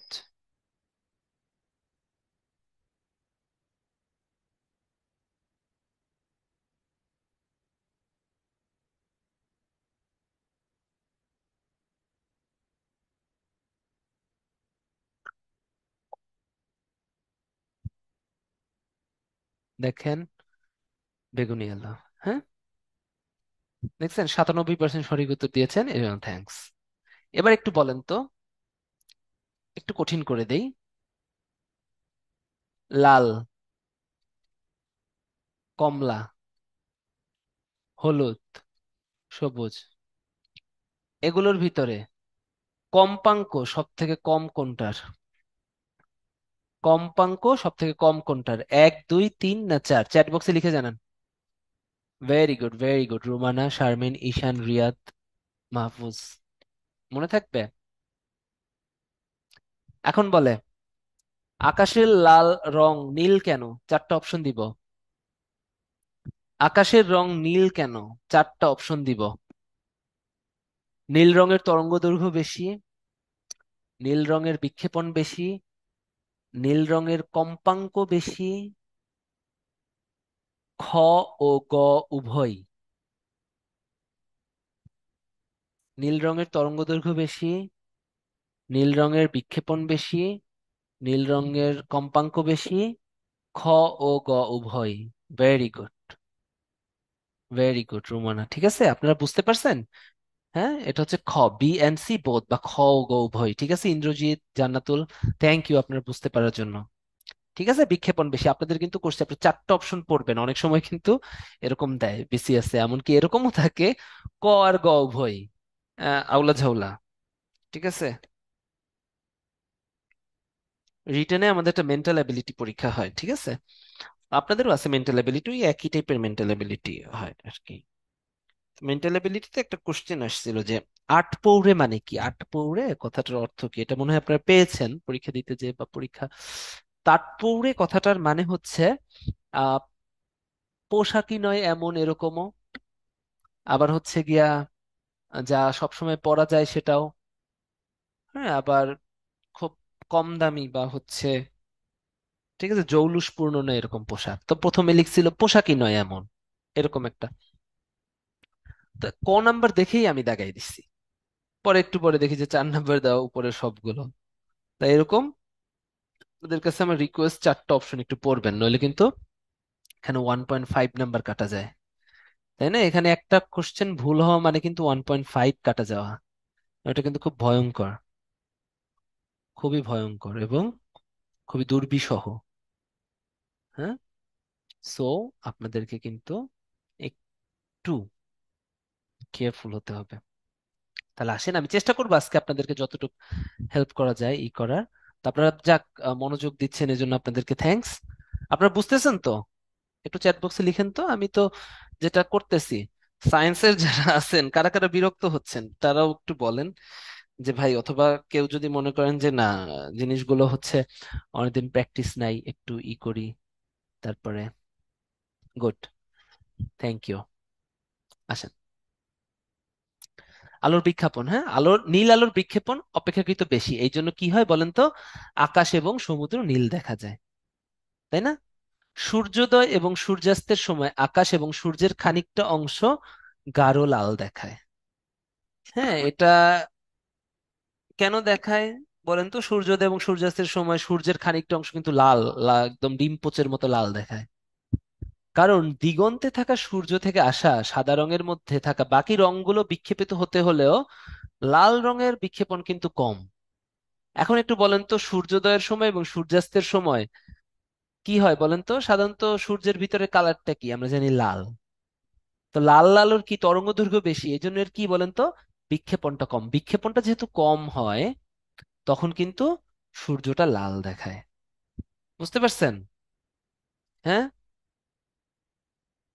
ওই সময় কি, ওই সময় এদের বিক্ষেপণ কম দেখে সূর্যটা ওখানে এক জায়গায় পুঞ্জীভূত হয়, তাই একটা জায়গায় আপনি ডিম পোচের মতো অংশ দেখেন। যে আকাশ নীল দেখায় কারণ আকাশের কি নীল আলোর বিক্ষেপণ অনেক বেশি, তাই সারা বাড়ি আকাশ বড় পুরোটাই নীল দেখায়। আবার সূর্য পিচ্ছি একটা জায়গা, ওই পিচ্ছি জায়গাটার ভিতর কেন আপনি লাল দেখতেছেন? কারণ লাল আলোর তরঙ্গ দৈর্ঘ্য বেশি, তাই ওটার যেটা তো শুধু শুধু তরঙ্গ দৈর্ঘ্য বেশি, আর বাদ বাকি জিনিস কম। বাদ বাকি কম মানে কি, কম্পাঙ্ক কম। কম্পাঙ্ক কম মানে সে ছড়ায় ছিটিয়ে যাইতে পারে না, বিক্ষেপণ কম, তাই না? ফর দ্যাট রিজন কিন্তু সূর্যের সময় কি লাল আলোর বিক্ষেপণ কম, তাই এটা হচ্ছে লাল দেখায়। ঠিক আছে। লাল আলোর বিক্ষেপণ কম, এজন্য কিন্তু লাল আলোকে আলোক সংকেত হিসেবেও ব্যবহার করা হয়ে থাকে। আপনারা টাইটানিক দেখছেন? টাইটানিকে যে দূর মানে বিপদ সংকেত দেওয়ার জন্য লাল আলো মারা হয়। কারণ দুইটা কারণ, এক হচ্ছে লাল আলোর তরঙ্গ দৈর্ঘ্য বেশি, তাই লাল আলো কিন্তু অনেক উঁচু লম্বা হয়ে যেতে পারে, তাই না? এটা একটা আর যেহেতু লাল আলোর তরঙ্গ দৈর্ঘ্যটা বেশি, বিক্ষেপণ কম, তাই কিন্তু একটা জায়গায় পুঞ্জীবিত হয়ে থাকে, সেই জন্য এটা কিন্তু খুব চোখে পড়ে, তাই না? তাই লাল আলোর বিক্ষেপণ কম, আলো যাতে ছড়িয়ে না যায়, এবং তরঙ্গ দৈর্ঘ্য বেশি যাতে দূর থেকে দেখা যায়, লম্বা হয়, এবং যাতে স্পেসিফিক একদম পাকাপোক্ত হয়, ছড়িয়ে না যায়। এক জায়গায় থাকলে তো আপনি দেখতে পাবেন, আর ছড়ায় যায় তাহলে তো রংটা হালকা হয়ে যাবে। এই জন্য কিন্তু লাল আলো আলোক সংকেত, বিপদ সংকেত হিসেবে ইউজ করা হয়। আলোর প্রতিফলন দুই প্রকার, এটা একবারে রিং পড়বেন। এটা হচ্ছে নিয়মিত প্রতিফলন, অনিয়মিত প্রতিফলন। সরল পেরিস্কোপ, এই জিনিসটা একটু ইম্পর্টেন্ট। সরল পেরিস্কোপে সাধারণত সমতল দর্পণ ব্যবহার করা হয়, এটা খুব ইম্পর্টেন্ট। কি ব্যবহার করা হয়? সমতল দর্পণ। দর্পণ মানে হচ্ছে যেখানে আপনারা কোনো কিছু দেখেন, আলোর প্রতিফলনের মাধ্যমে সাধারণত দেখা হয় এখানে। ঠিক আছে, একদিকে পাড়া লাগানো থাকে, ওই জায়গায় প্রতিফলিত হয়ে দৃশ্যমান হয়। এমন মনে করেন আপনি হচ্ছে এখন তো আপনার হচ্ছে বিশাল স্ক্রিনে খেলা দেখে, আগের দিনে ভিড় যখন হইতো তখন এই পেরিস্কোপ দেওয়া থাকতো, মনে করেন এটা একটা পেরিস্কোপ। হুম, দেখেন, তো এদিকে হচ্ছে আপনি চোখ দিছেন, এই বরাবর আপনি চোখ রাখছেন, এখানে প্রচুর ভিড় মানুষজন আছে, তাই আপনি দেখতে পারতেছেন না। এখন দূর থেকে আপনি খেলা দেখবেন, তখন কি হবে? এখানে একটা দর্পণ লাগানো আছে, এখানে একটা দর্পণ, এই দর্পণের ছবি তৈরি হবে, এটা প্রতিফলিত হবে, এখানে পড়বে। এখানে আরেকটা দর্পণ, এখান থেকে প্রতিফলিত হয়ে আবার এখানে পড়বে। আবার এখানে আরেকটা আয়না লাগানো আছে, এখান থেকে প্রতিফলিত হয়ে এখানে পড়বে। ফলে কি হবে? এই দর্পণে তৈরি হবে, আপনি দেখতে পাবেন। এগুলো অনেক আগের দিনের কাহিনী। সাধারণত ডুবোজাহাজ বা সাবমেরিনের নাবিকেরা পেরিস্কোপের সাহায্যে পানির নিচ থেকে উপরের দৃশ্য দেখে। এখন বর্তমানে কি হয়? ডুবোজাহাজ বা সাবমেরিন নাবিকেরা পেরিস্কোপের সাহায্যে, বাট এখন আর এগুলো দেখা হয় না। ভিড় এড়িয়ে খেলা দেখা, শত্রু সৈন্যের গতিবিধি পর্যবেক্ষণ করতেও এই পেরিস্কোপ যন্ত্র একসময় ব্যবহার করা হতো। এখন হচ্ছে ডুবোজাহাজ সাবমেরিন নাবিকেরা সাধারণত মাঝে মধ্যে দেখে, বাট এখন আরো অনেক টেকনোলজি চলে আসছে। সিস্টেমটা বুঝছেন? সমতল দর্পণের সাহায্যে ব্যবহার করা হয়। এখানে আপনার চোখ থাকে, এরকম মনে করেন এখানে একটা দর্পণ লাগানো। হ্যাঁ, ঠিক আছে, এখানে একটা দর্পণ, এখান থেকে আলো এসে পড়ে এই দর্পণে, এখানে দর্পণ প্রতিবিম্বটা তৈরি হয়। ঠিক আছে, এই প্রতিবিম্বটা আবার এখানে আরেকটা দর্পণ লাগানো আছে, ওটার উপরে পড়ে প্রতিবিম্বটা, পরে এখান থেকে আবার নিচে আসে। মানে এই যে এখানে যেভাবে দেখালাম আর কি, এভাবে করে এই সরল পেরিস্কোপটা তৈরি হয়। উত্তল দর্পণ, উত্তল দর্পণ হচ্ছে যে দর্পণের প্রতিফলক তলটা উত্তল, এই দেখেন উত্তল। আর অবতল মানে হচ্ছে যে দর্পণের প্রতিফলক তলটা অবতল, এটা হচ্ছে অবতল দর্পণ। এখান থেকে শুধু ব্যবহার পড়তে হবে। উত্তল দর্পণের ব্যবহারগুলো খুবই ইম্পর্টেন্ট। উত্তল দর্পণের ব্যবহার, অবতল দর্পণের ব্যবহার। উত্তল দর্পণ হচ্ছে পিছনের যানবাহন বা পথচারী দেখার জন্য গাড়িতে, হ্যাঁ, মোটর গাড়ির হেডলাইট খুবই ইম্পর্টেন্ট, পিছনের, হ্যাঁ, রাস্তার লাইটে প্রতিফলক হিসেবে ব্যবহার করা হয়। মানে সহজ কথায় ছোট দর্পণ, ছোট আহ, বিম্ব তৈরি করার জন্য সাধারণত উত্তল দর্পণ ব্যবহার করা হয়। বুঝতে পারছেন?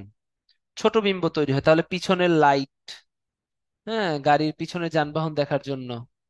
আপনি দেখেন নাই গাড়িতে এগুলো কিন্তু একটু এরকম উত্তল থাকে, গাড়ির সামনে যে গ্লাসটা থাকে বা যে যেখানে দেখা হয়।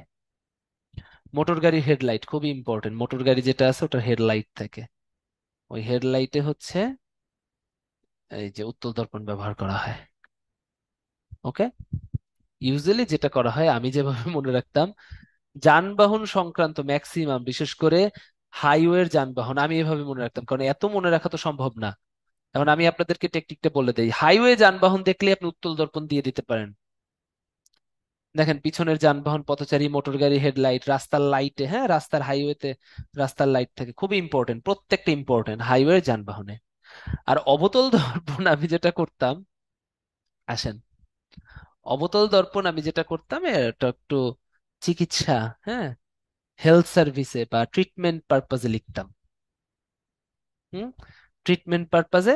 আর হচ্ছে হাইওয়ে যানবাহন না, নদীর যানবাহনে, এভাবে মনে রাখতাম কারণ এত মনে রাখা সম্ভব হয় না। তাহলে হেলথ পারপাস, হেলথ পারপাসে ট্রিটমেন্ট, দুই ধরনের ট্রিটমেন্ট হইতে পারে। দেখেন রূপচর্চা, আবার ডাক্তাররা চোখ, নাক, দাঁত দেখার জন্য ব্যবহার করে এই যে এই অবতল দর্পণ। ঠিক আছে, তাহলে রূপচর্চা একটা হেলথ পারপাস, তাই না? হেলথ বা ট্রিটমেন্ট পারপাস। আর কি, নদীর যানবাহন, নদী, আকাশের যানবাহন হচ্ছে অবতল দর্পণ।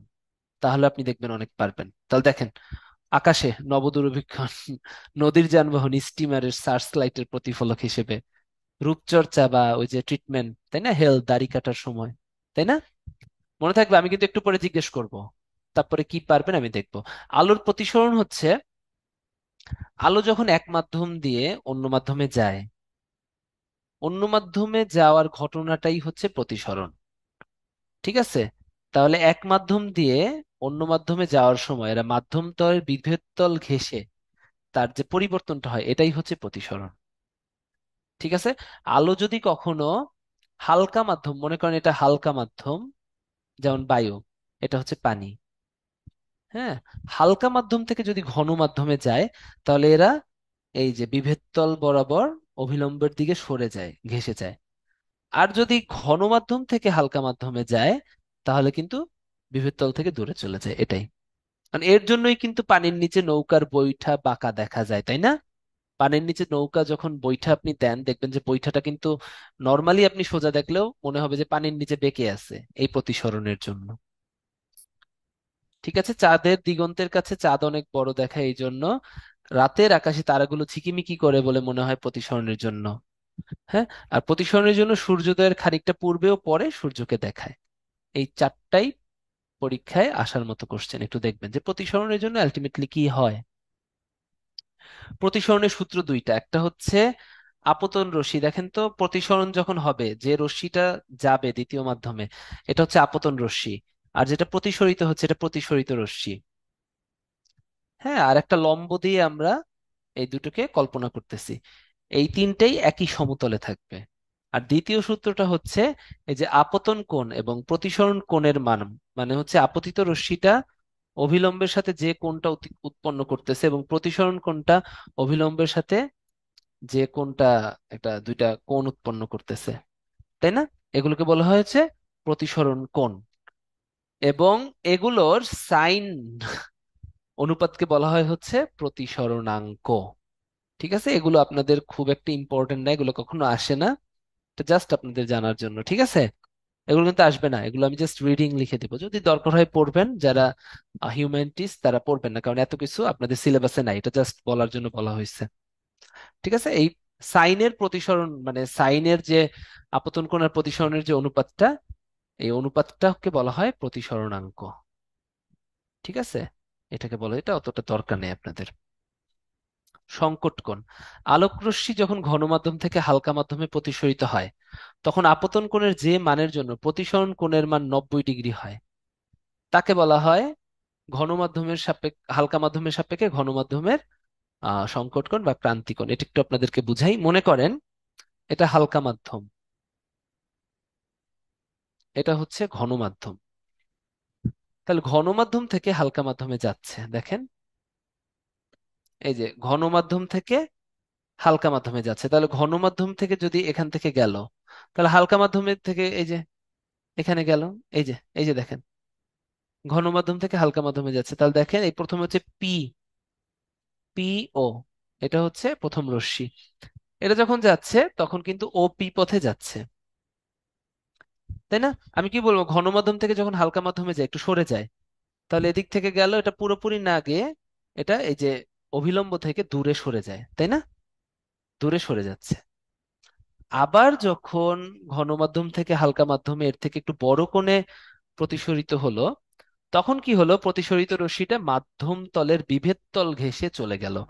তাহলে এই যে আপতন কোণের যে মানের জন্য প্রতিসরিত রশ্মিটা একদম দুই মাধ্যমের মধ্য দিয়ে বিভেদ তল ঘেঁষে চলে যায়, এটাকে বলা হয় হচ্ছে সংকট কোণ। সংকট কোণ, ঠিক আছে। তাহলে আপতন কোণের যে মানের জন্য কি হলো, প্রতিসরণ কোণের মান 90 ডিগ্রি হলো, এই যে এটা, এটাই হচ্ছে সংকট কোণ। আর পূর্ণ অভ্যন্তরীণ প্রতিফলন হচ্ছে আলোক রশ্মি যদি সংকট কোণের থেকে বেশি কোণে আপতিত হয়, দেখেন আলোক রশ্মি কি হচ্ছে, সংকট কোণের থেকে, এটা হচ্ছে সংকট কোণ, এর থেকে বেশি কোণে আপতিত হচ্ছে, তাহলে ঘন মাধ্যম থেকে যাচ্ছে, এদের কাছ তো সরে যাওয়া, তখন বিভেদ তল থেকেও তো সরে যাবে, তখন কি আর প্রতিসরিত হবে? হবে না। তখন কিন্তু ঘন মাধ্যমেই আবার ফিরে আসবে, তার মানে তখন কিন্তু প্রতিসরণ না হয়ে প্রতিফলন ঘটবে। এটাকে বলা হয় হচ্ছে পূর্ণ অভ্যন্তরীণ প্রতিফলন।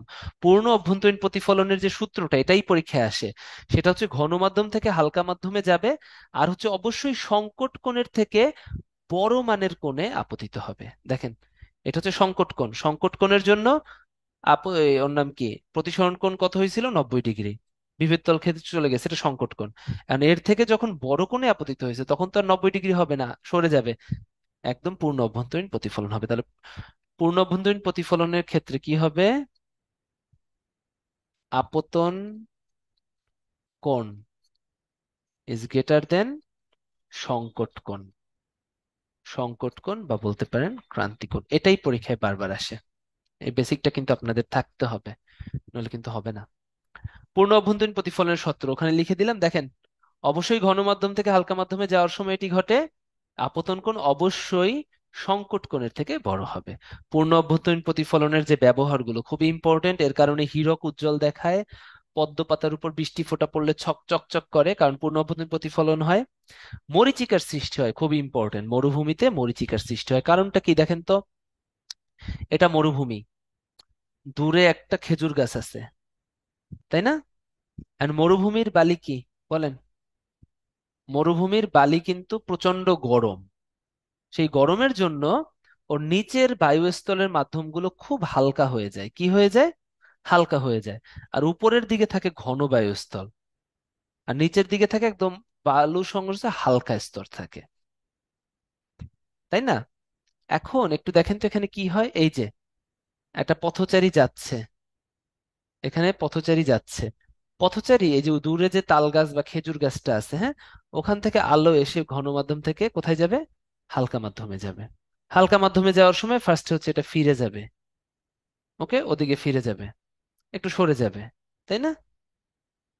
এরপরে যখন আরেকটু বড় কোণে আপতিত হবে, তখন কি সংকট কোণ বেয়ে চলে যাবে, তাই না? সংকট কোণে আপতিত হলো, এখন সংকট কোণের থেকে যখন বড় কোণে আপতিত হবে, তখন কি হবে, এই যে গাছের রশ্মিটা কিন্তু সেই যে আবার ঘন মাধ্যমে প্রতিফলিত হবে, ঘন মাধ্যমে প্রতিফলিত হয়ে কোথায় পড়বে, ব্যক্তির চোখে পড়বে। ব্যক্তির চোখে পড়বে। ঠিক আছে? তখন ব্যক্তির চোখ কি দেখবে দেখেন তো, এই রশ্মিটা আসতেছে মাটি থেকে, পিছন দিকে যদি বহির্ত করেন, মাটিতে কিন্তু আপনি এই যে এই দৃশ্যটা দেখতে পারবেন। বুঝতে পারছেন? তাহলে কি মনে হবে যে আসলে পানির জন্য, আর তখন সে তৃষ্ণার্ত থাকে, সে তার হিতাহিত জ্ঞান শূন্য থাকে, সে তখন ভাবে ওখানে পানি, পানি খেতে যেয়ে দেখে যে এটা আসলে পূর্ণ অভ্যন্তরীণ প্রতিফলন। তাহলে এটাই হচ্ছে মরীচিকার উদাহরণ। ঠিক আছে, মরীচিকা পূর্ণ অভ্যন্তরীণ প্রতিফলনের কারণে হয়, এবং বৃষ্টির সময় ভেজা ও চকচকে মনে করে হচ্ছে পূর্ণ অভ্যন্তরীণ প্রতিফলনের কারণে। অপটিক্যাল ফাইবার পড়ছেন না? আমাদের কি Simi we four, south east Asia, middle east, West, western, তাই না? সিএমইউই ওয়েস্টার্ন ইউরোপ আর কি। এদের ভিতরে যে আমাদের কানেক্টিভিটির লাইনটা আছে, একটা হচ্ছে কক্সবাজারে আর একটা হচ্ছে কলাপাড়া পটুয়াখালীতে। কক্সবাজারের ঝিলংজাতে কি সিএমইউই ফোর, আর কলাপাড়ার ঝিলংজাতে হচ্ছে সিএমইউই ফাইভ, তাই না? এই দুটো অপটিক্যাল ফাইবার লাইন আছে না, এই জন্যই তো বাংলাদেশ এখন নেটে এত উন্নত। আপনারা যে এত ফ্রি ওয়াইফাই টোয়াইফাই ইউজ করতেছেন ফর দ্যাট রিজন। হ্যাঁ, বঙ্গোপসাগরের নিচ থেকে কিন্তু লাইন চলে আসছে আমাদের এদিকে, এবং এই লাইনগুলোর জন্যই কিন্তু এই মোবাইল কোম্পানিগুলো এত সুন্দর মতো ট্রিট করে যাচ্ছে আমাদের। একবার ওই পায়রা সমুদ্র বন্দর তৈরি হতে যেয়ে কিন্তু ওই পায়রা কলাপাড়া পায়রার ওখানে কিন্তু এই অপটিক্যাল ফাইবার লাইনে ঝামেলা পড়ছিল। তখন কিন্তু আমাদের গ্রামীণ ফোনের নেটওয়ার্ক, সকল নেটওয়ার্কে প্রবলেম হয়েছিল। এই তো গত বছর না গত বছরের আগে, আমার ঠিক মনে নেই, 22 এরকম। আপনাদের খেয়াল আছে নাকি আমার মনে নেই। তাহলে এই যে অপটিক্যাল ফাইবার ওয়ার্ল্ডের ভিতরে এত কানেক্টিভিটি তৈরি করতেছে, এই অপটিক্যাল ফাইবার তৈরি হয় কিন্তু আলোক রশ্মি ব্যবহার করে। একটু লাইন থাকেন, ফোন আস।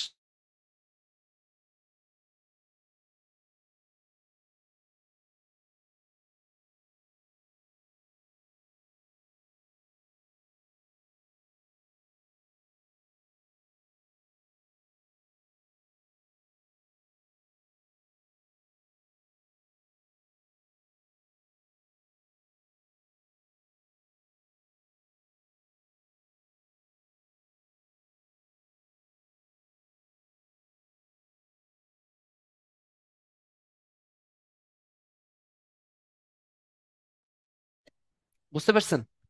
তা মনে হচ্ছে অপটিক্যাল ফাইবারও কিন্তু এই পূর্ণ অভ্যন্তরীণ। এখন এটা খুবই ইম্পর্টেন্ট, আপনারা যদি কিছু পড়েন আর ওর পূর্ণ অভ্যন্তরীণ প্রতিফলনের ব্যবহারগুলো খুব ইম্পর্টেন্ট। হীরক উজ্জ্বল দেখায় মরীচিকা, পিচ ঢালা রাস্তায় ভেজা চকচকে, অপটিক্যাল ফাইবারের মধ্যেও পূর্ণ অভ্যন্তরীণ প্রতিফলন ব্যবহার করা হয়।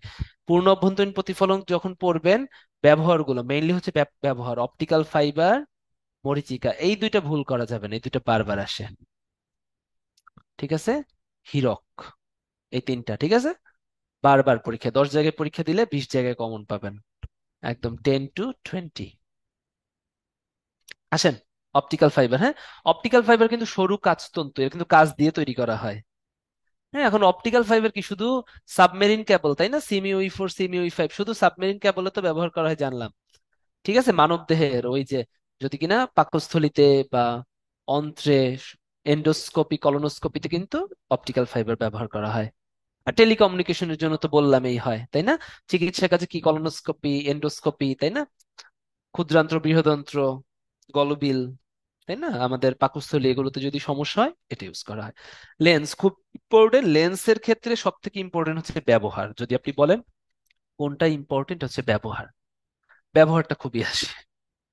ওকে, অবতল লেন্স একটু বলি, যদি এখানে ব্যবহারগুলো পড়া খুব কঠিন, তারপরও সব আসে না, এইটা খুব আসে। হ্যাঁ, প্রধানত চশমায় অবতল লেন্স ব্যবহার করা হয়, এবং চশমার হ্রস্ব দৃষ্টি বা মায়োপিয়ায়, যারা হচ্ছে কাছে ভালো দেখে দূরে ভালো দেখে না, যেমন আমি আপনি, ম্যাক্সিমাম ক্ষেত্রে আমাদের মাইনাস পাওয়ার, তাই না?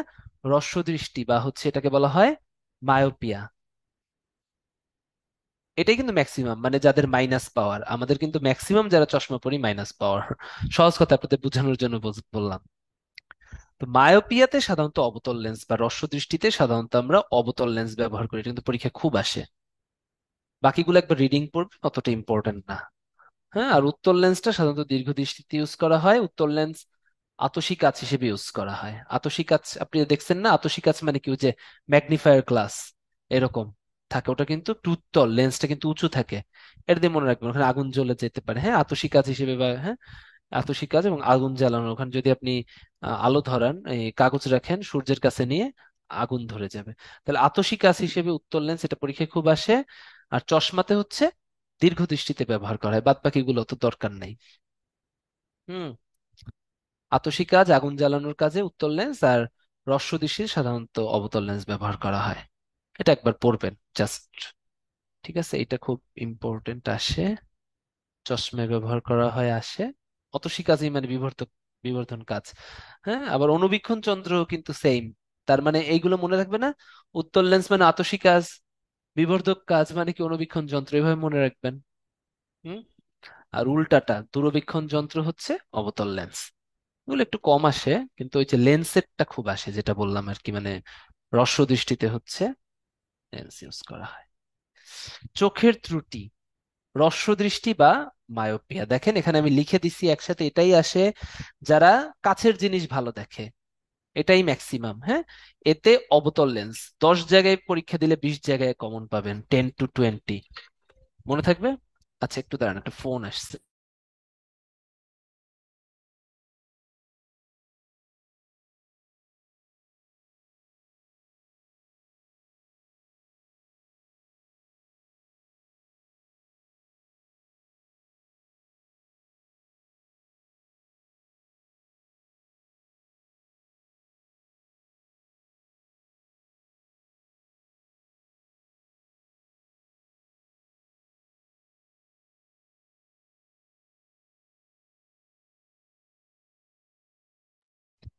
দীর্ঘদৃষ্টি বা হাইপারমেট্রোপিয়া, হ্যাঁ, হাইপারমেট্রোপিয়া দীর্ঘদৃষ্টি মানে দূরের জিনিস ভালো দেখে।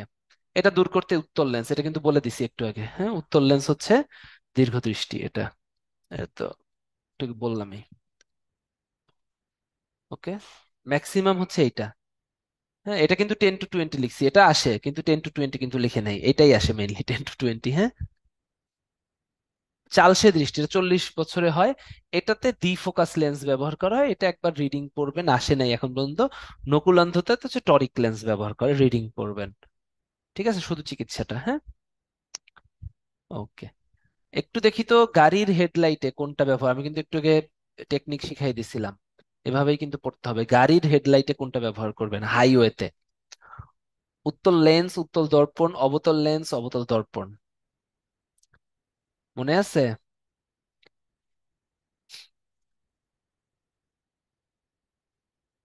গাড়ির লাইট গুলোকে, আমার গাড়ির সামনে যেইগুলো থাকে, গ্লাস গুলো থাকে, কেমন, একটু কেমন ছিল বলছি, আমি বলে দিব না, আমি বললাম আর কি যে হাইওয়েরটা। গুড। দেখেন, এবারে আসেন। এখানে কিন্তু আমি দর্পণ বলছিলাম, দেখেন 60% সঠিক উত্তর দিয়েছেন, বাট উত্তল জিনিসটা 60 আর 28 কত, 88% দিচ্ছেন। তাই তো উত্তলেই হবে, তাই না? তাই এই জিনিসগুলো একটু, কনফিউশন গুলো আজকে ক্লাসের পরেই, কোনগুলো দর্পণ পড়াইছি, লেন্স পড়াইছি বলে থাকবেন। লেন্স, আসেন। লেন্স হচ্ছে মূলত চিকিৎসা, এই যে চোখের চিকিৎসার জন্য, চশমার জন্য ইউজ করি, এই দুইটা মাথায় রাখবেন। বিবর্ধক কাজে লেন্স, তাই না? বিবর্ধন করতে লেন্স। আর দর্পণ কি, ছোট জিনিস তৈরি করতে, দর্পণে কিন্তু সাধারণত ছোট জিনিস তৈরি হয়। তাহলে দর্পণ, উত্তল দর্পণ আমি বলছিলাম হাইওয়ে জাতীয় যত দর্পণ আছে সেটা হচ্ছে উত্তল দর্পণ। তাহলে হাইওয়ে জাতীয় কি, গাড়ির হেডলাইট, ট্রাফিক লাইট, তারপরে হচ্ছে গাড়িতে পিছন থেকে আসা যানবাহনের জিনিস দেখতে আমরা যে দর্পণটা ইউজ করি, এটা তো দেখবো তাই না, ছোট জিনিস তৈরি করবে, সেটা হচ্ছে উত্তল দর্পণ। আর অবতল দর্পণ কি? অবতল দর্পণ হচ্ছে, আমি বললাম চিকিৎসা ক্ষেত্রে কিছু কিছু, তাই না, মানুষের চোখ মুখ দেখতে, একদম দেখতে আর কি, ভিতরে ওই যে ডেন্টাল ডাক্তার, ডেন্টিস্টরা কি দেখেন ভিতরে দেখে, বা ইএনটি ডাক্তাররা দেখে, চোখের ডাক্তাররা, এগুলো করতে হচ্ছে অবতল দর্পণ। ওকে, আর একটা কি বললাম আমি, সেটা হচ্ছে পানির আর আকাশে দেখতে, তাই না, স্টিমের সার্চ লাইট। তারপরে কি পানি, আকাশে, যে আহ কি বলে, আকাশে দেখতে নভোদূরবীক্ষণ যন্ত্রে ওই দর্পণ ইউজ করব আমরা, অবতল দর্পণ।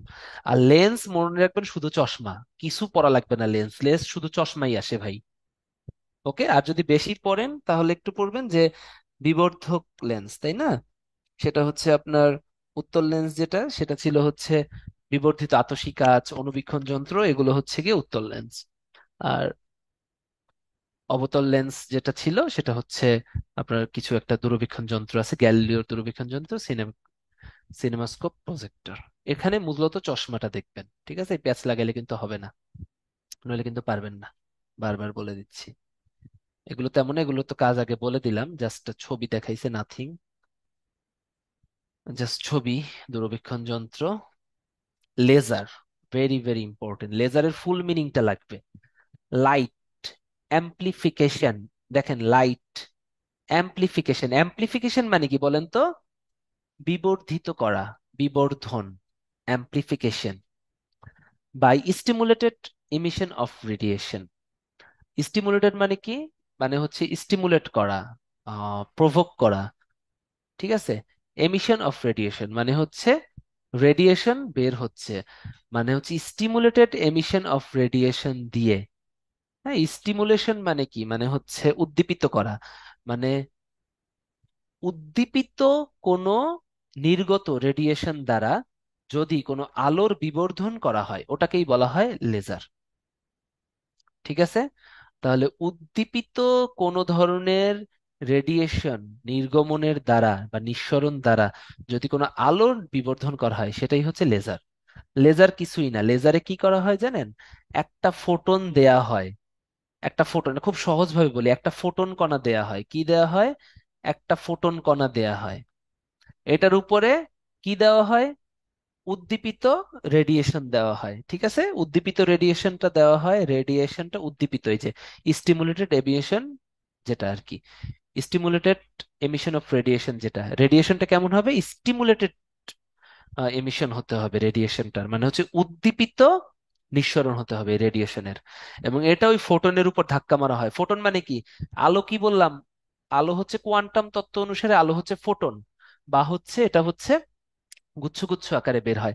তাহলে এই উদ্দীপিত রেডিয়েশনটা আপনি যখন দিবেন, এই ফোটনটা একটা থেকে দুইটা ফোটনে পরিণত হয়েছে, তার মানে কি? এই ফোটনটা শক্তিশালী হচ্ছে না, তাহলে কি আলোর তীব্রতাটা বৃদ্ধি পাচ্ছে না? তাহলে একটা ফোটন ছিল, ওটাকে আপনি ডাবল ফোটনে পরিণত করলেন। তাহলে এই যে ডাবল ফোটনে পরিণত করা মানে কি? আলোর শক্তিটা বাড়াই দিলেন, এটাই হচ্ছে বিবর্ধন। তার মানে লাইট অ্যাম্প্লিফিকেশন। অ্যাম্প্লিফায়ার মানে কি? বিবর্ধন করা। ঠিক আছে, both science, all the sciences students, humanities students, business students, আমি কিন্তু আপনাদেরকে আপনাদের ভাষায় খুব সহজ করে বলার চেষ্টা করতেছি। এটা মানে বিবর্ধন, লাইট অ্যাম্প্লিফিকেশন, আলোর বিবর্ধন, তাই না? স্টিমুলেটেড এমিশন অফ রেডিয়েশন মানে রেডিয়েশনটা এমন ভাবে আপনি দিবেন, উদ্দীপিত ভাবে, যাতে কিনা এই লাইটটা বিবর্ধন হয়। লাইট বিবর্ধন মানে কি? একটা ফোটন থেকে দুইটা ফোটন হওয়া, কারণ আলো মানে ফোটন। আমরা দেখছি ম্যাক্স প্ল্যাঙ্ক বলছে আলোর কোয়ান্টাম তত্ত্বে, তাই না? তাহলে তাহলে তার লেজার কি? লেজারের যদি আপনি বৈশিষ্ট্যটা বলেন, লেজারের অনেকগুলো বৈশিষ্ট্য আছে, একটু দেখি। প্রথম কথার হচ্ছে গিয়া এরা কি, যেহেতু একটা থেকে দুইটা হয়, তার মানে অনেক শক্তিশালী, তাই না? অনেক শক্তিশালী, তাহলে উচ্চ শক্তি সম্পন্ন। এর ফলে ধাতুর উপরে নকশা কাটা যায়। সূক্ষ্ম অস্ত্রোপচারে লেজার ব্যবহার করা হয়, তাই না? চোখ, দাঁত, চর্মরোগে কিন্তু লেজার ব্যবহার করা হয়।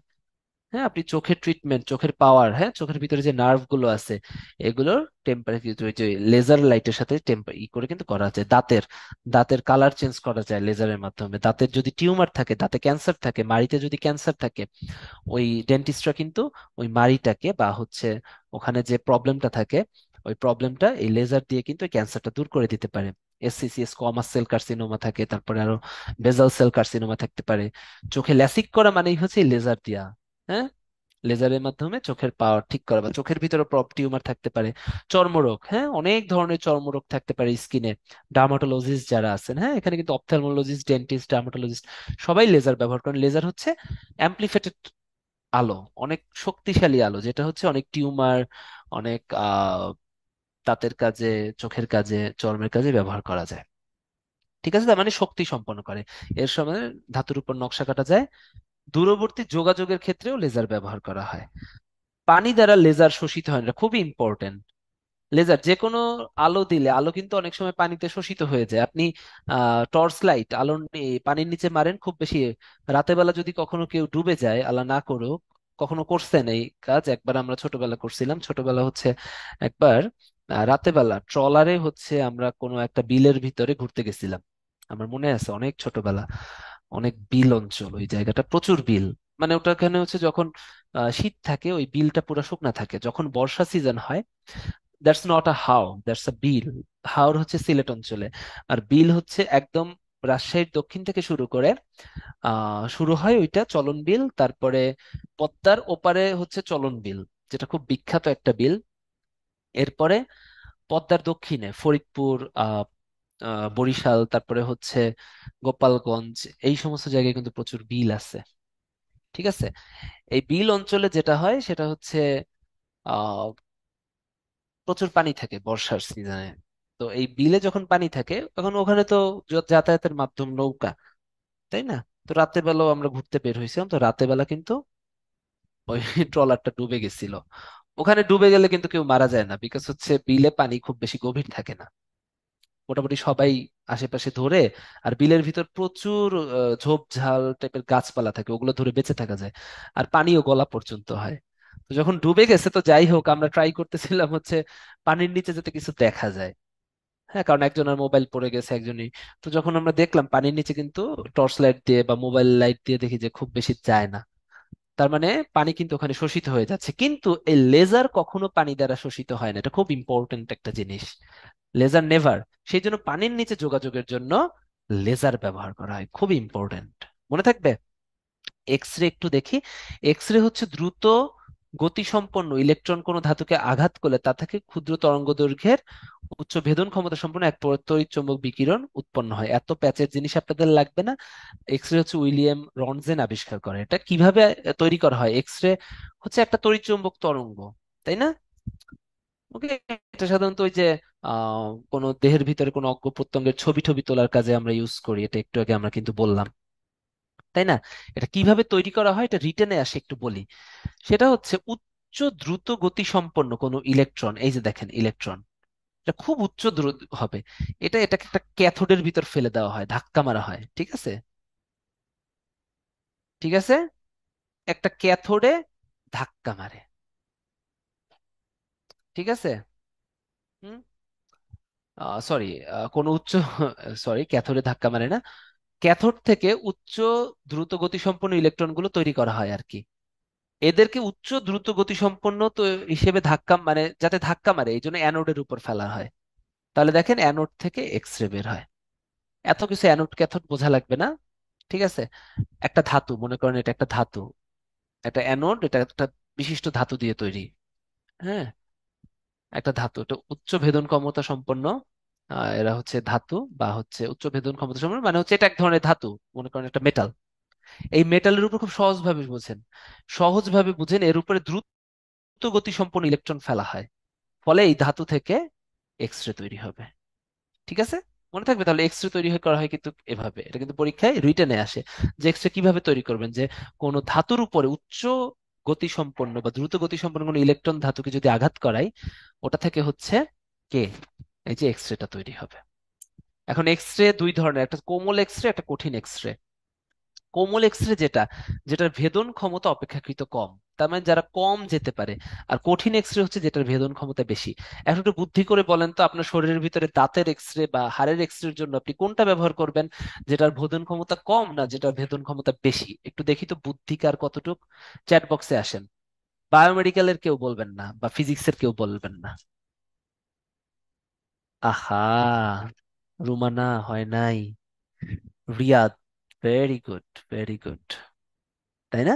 এই বোকা, যেটার এটা মাত্র দুই একজন সঠিক উত্তর দিয়েছেন, যেটার ভেদন ক্ষমতা কম সেটা আপনাকে ইউজ করতে হবে। কারণ কি একটু দেখেন তো, যে এক্স রে এর ভেদন ক্ষমতা বেশি, একটু বোঝার চেষ্টা করেন, ঠিক আছে? খুব সহজ একটা জিনিস, একটু বোঝার চেষ্টা করেন। যে এক্স রেটার ভেদন ক্ষমতা আপনার অপেক্ষাকৃত বেশি, সে কি করবে বলেন তো? আপনার বডির ভিতর ঢুকবে, মাসেলের ভিতরে ঢুকবে, এবং এর তো ভেদন ক্ষমতা বেশি, মাসেল ভেদ করে আপনার হাড়টি ভেদ করে বের হয়ে যাবে। এটা তো কোনো ছবি তৈরি করতে পারবে না। ছবি তৈরি কখন হবে? যখন কিনা কোনো জায়গায় ওটা বাধাপ্রাপ্ত হবে, তখনই তো ওখানে ছবি তৈরি হবে, তাই না? তাহলে যেটার ভেদন ক্ষমতা কম সেটাকে আপনার কি করতে হবে? এক্স রে তৈরির জন্য নিতে হবে, কারণ যেটার ভেদন ক্ষমতা কম ওটা মাংসের ভিতর থেকে যেতে পারবে, কিন্তু হাড্ডির কাছে গেলে ওটা হাড্ডির ভিতর আটকে যাবে, আটকিতে বাধাপ্রাপ্ত হবে। ফলে কি, বাধাপ্রাপ্ত হয়ে ওই আলোটা বাইরে ক্যামেরায় নিয়ে আসবে বা ফিল্মে ধরা পড়বে, তাহলে আমরা হাড্ডির ছবিটা দেখতে পাবো। এবার বুঝতে পারছেন? তাহলে যেটার উচ্চ ভেদন ক্ষমতা সম্পন্ন, ওরা তো মাংসও ভেদ করে চলে যায়, বাইরে চলে যায়, হাড্ডিও ভেদ করে চলে যায়, দাঁত ভেদ করে চলে যায়, ওরা তো আর ছবি দিতে পারবে না, ওরা তো চলে পিছন থেকে চলে যাবে। তাহলে যেটার ভেদন ক্ষমতা কম ওটাই ইউজ করতে হবে। তাহলে এক্স রেতে সাধারণত আমরা এই যে শরীরের দাঁতের ছবি, হাড়ের ছবিতে সাধারণত, হ্যাঁ, সাধারণত শরীরের ছবি তোলার কাজে আমরা সাধারণত, হ্যাঁ, নর্মাল কি মেডিকেল এক্স রেতে আমরা সাধারণত কি ইউজ করি, মেডিকেল এক্স রে বা হচ্ছে হাড্ডি, হাড্ডি তো পরীক্ষায় আসবে না, অস্থি, দাঁত, এগুলোর ছবি বা ফিল্ম তৈরিতে আমরা সাধারণত কোমল এক্স রে ব্যবহার করি। বুঝতে পারছেন? এটা কিন্তু পরীক্ষায় আসে, ভাইভাতে, ভাইভা না তো, প্রিলিতে কিন্তু এটা খুব, এবং এটা কিন্তু একদম 10 to 20, 10 জায়গায় পরীক্ষা দিলে 20 জায়গায় কমন পাবেন, এরকম একটা ইম্পর্ট্যান্ট একটা ব্যাপার। ঠিক আছে, তাহলে এক্স রে ব্যবহার একটু দেখেন। ভেঙে যাওয়া, স্থানচ্যুত হওয়া হাড়ে দাগ বা ফাটল, তাই না, এটাই কিন্তু ইউজ করা হয়।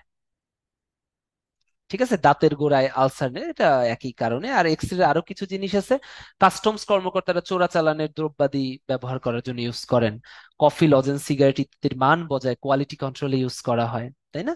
এগুলো একবার রিডিং করবেন, বাট একদম এম হচ্ছে এগুলো। ঠিক আছে, কাস্টমস এর এটা। হুম। কসমিক রে হচ্ছে মহাজাগতিক রে, ভিক্টর হেস হচ্ছে মহাজাগতিক রশ্মি আবিষ্কার করেন, এটা একটু ইম্পর্টেন্ট, এটা থেকে আর তেমন কিছু লাগবে না। মহাজাগতিক রশ্মিতে 89% হচ্ছে প্রোটন, ওকে, 9% আলফা, 2% কার্বন, এটা কখনো আসে নাই, এটা হচ্ছে মহাবিশ্বে থাকে এই কসমিক রে। হুম। ভিক্টর হেস মহাজাগতিক রশ্মিটা আবিষ্কার করেন, এটা কিন্তু পরীক্ষায় আসে। তাহলে একটা পোল নিয়ে নেই, এরপরে আমরা চ্যাট বক্স খেলবো, সরি, মানে হচ্ছে র্যাপিড ফায়ার রাউন্ড খেলবো। ফার্স্ট হচ্ছে একটা পোল পোল খেলি, হ্যাঁ। কোনটি লেজার রশ্মির বৈশিষ্ট্য নয়? পানি দ্বারা শোষিত হয়, একক তরঙ্গ দৈর্ঘ্য বিশিষ্ট, সুসংগত, লক্ষ্যভেদী। বৈশিষ্ট্য নয় বলছে। হুম, একটু দেখেন, বুঝছেন? তাই সায়েন্সের বাইরে যারা আছে, সায়েন্সকে ভয় পাওয়ার খুব বেশি দরকার নেই। হ্যাঁ, প্রচুর আছে আর্টস, হচ্ছে বিজনেস ফ্যাকাল্টি যারা হচ্ছে ভালো করতেছে বিসিএস এ, হ্যাঁ, মানে বিজ্ঞান সাইডে ভালো করতেছে। তাহলে দেখেন, এই যে আপনারা 89% পারলেন যে পানি দ্বারা শোষিত হয়। তাহলে এবার আসেন একটু র্যাপিড ফায়ার খেলি, আমি ব্যবহার গুলো দিয়ে র্যাপিড ফায়ার রাউন্ড খেলবো, কেমন? তাহলে আসেন প্রথমে আমাকে একটু বলেন, সেটা হচ্ছে ইনফ্রারেড বা অবলোহিত রশ্মির ব্যবহার নয় কোনটি? চারটা অপশন দিব: ফিজিওথেরাপি, টিভির রিমোট কন্ট্রোল, ঠিক আছে, ফিজিওথেরাপি, টিভি রিমোট কন্ট্রোল, গিরা ব্যথা, 5 নাম্বার হচ্ছে টিভির স্ক্রিন থেকে নির্গত রশ্মি। তাড়াতাড়ি, নিচের কোনটা ইনফ্রারেডের ব্যবহার নয়? ভেরি গুড, মানে লাস্টেরটা, তাই না? এই ব্যবহার নয় কোনটা বলছি? টিভি স্ক্রিন থেকে। এখন বলেন তো, টিভি স্ক্রিন থেকে কোনটা বের হয়? এখন বলেন। Good, Fayza Nowrin, TV screen থেকে কোনটা বের হয়? হ্যাঁ, হ্যাঁ, ভেরি গুড, টিভি স্ক্রিন থেকে বের হয় আল্ট্রাভায়োলেট রশ্মি। এবার একটু আসেন, এখান থেকে একটু প্যাচ আছে, এটা একটু বলি আপনাদের।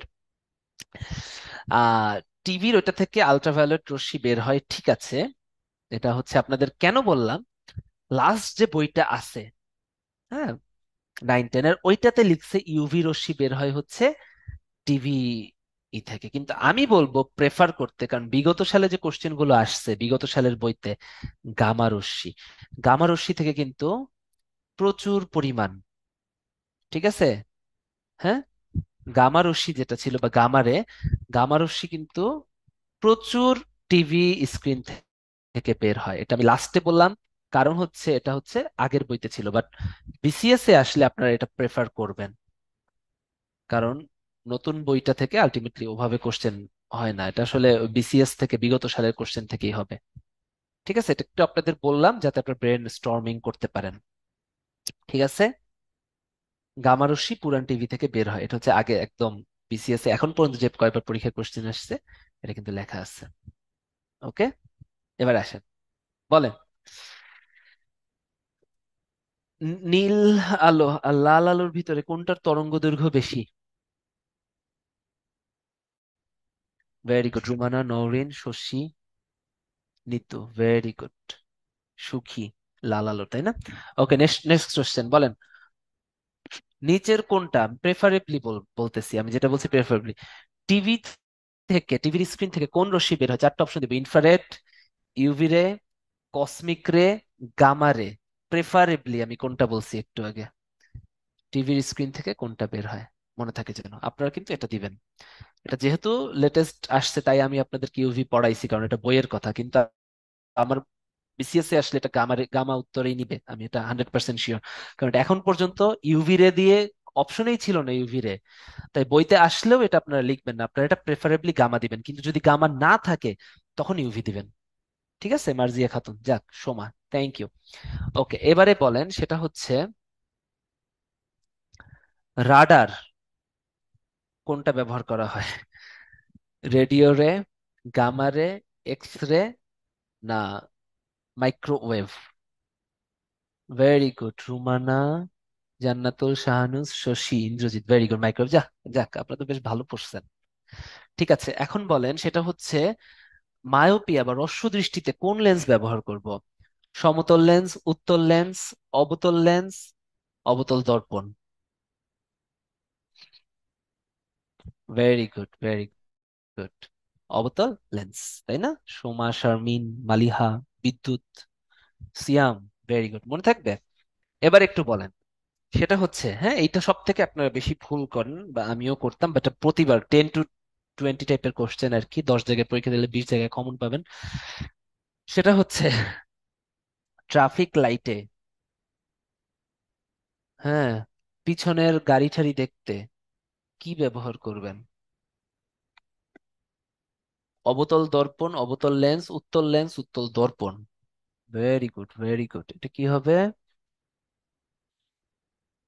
অবশ্যই উত্তল দর্পণ, তাই না? উত্তল দর্পণ, এই এটা কি?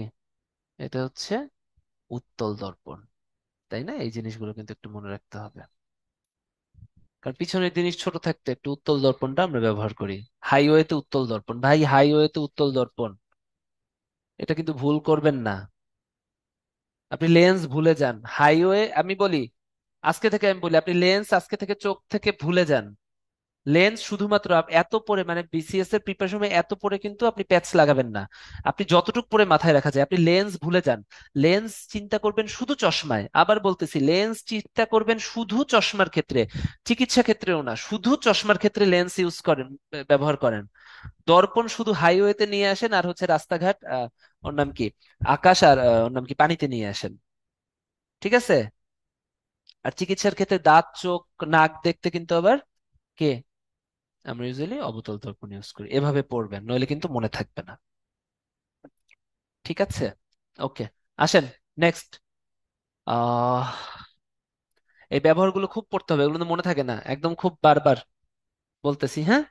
এবারে আপনি বলেন সেটা হচ্ছে আহ মরীচিকার সৃষ্টি হয় বা অপটিক্যাল ফাইবারে কোন পদ্ধতি করা হয়? সংকট কোণ, পূর্ণ অভ্যন্তরীণ প্রতিফলন, আলোর প্রতিসরণ, আলোর প্রতিফলন?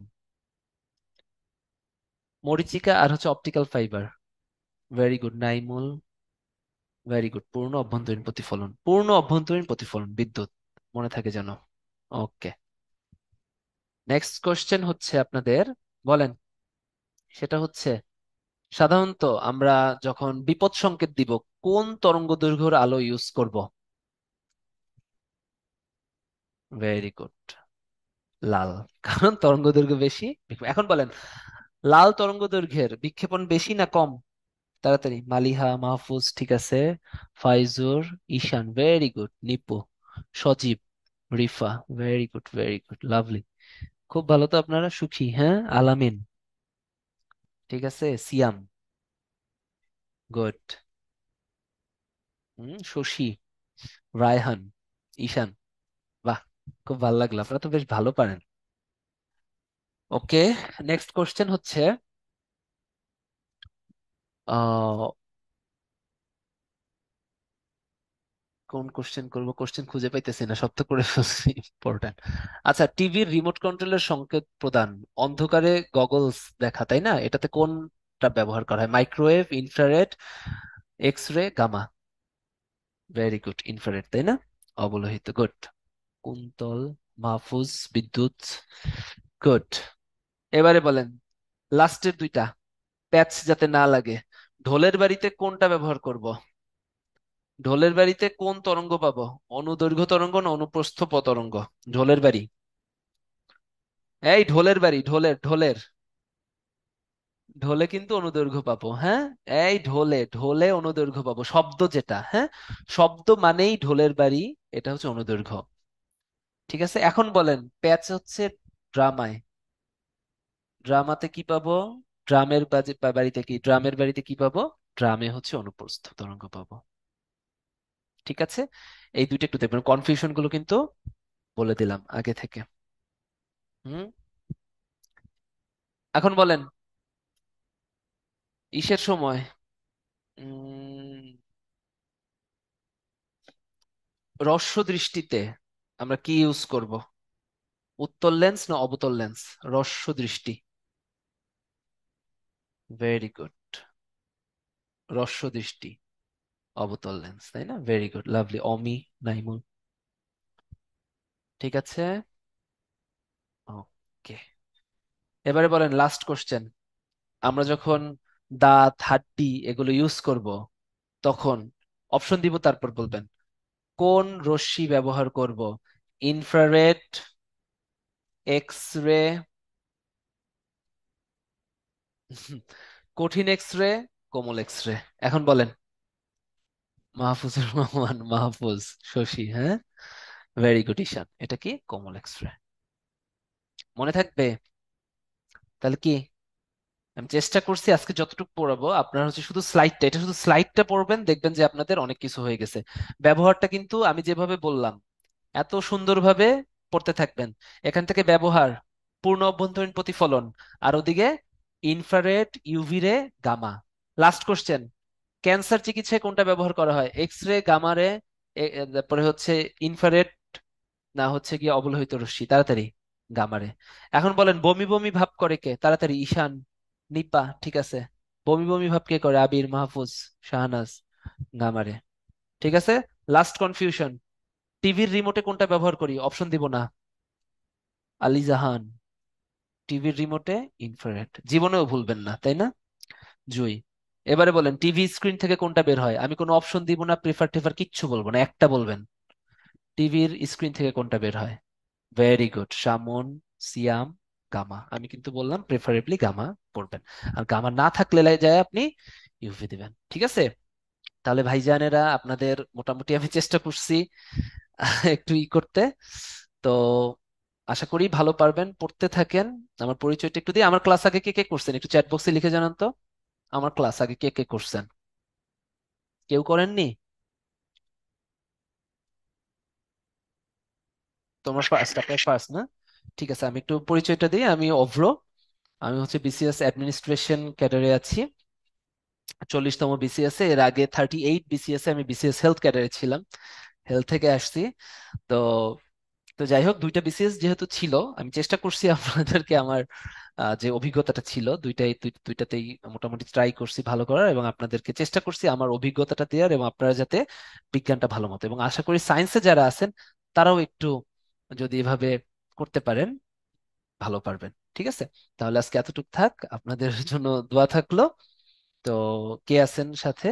আহ মামুন ভাই আপনি হচ্ছে, দরকার হলে মাহমুদুল ভাই আপনি হচ্ছে, মামুন ভাই আপনি ওদের লাস্ট পোল যদি থাকে আপনি দিতে পারেন, আর আপনাদের সাথে আবার দেখা হবে। সবাই ভালো থাকবেন, পড়তে থাকবেন, এই স্লাইডটা খুব সুন্দর মতো পড়ে ফেলবেন। বাই।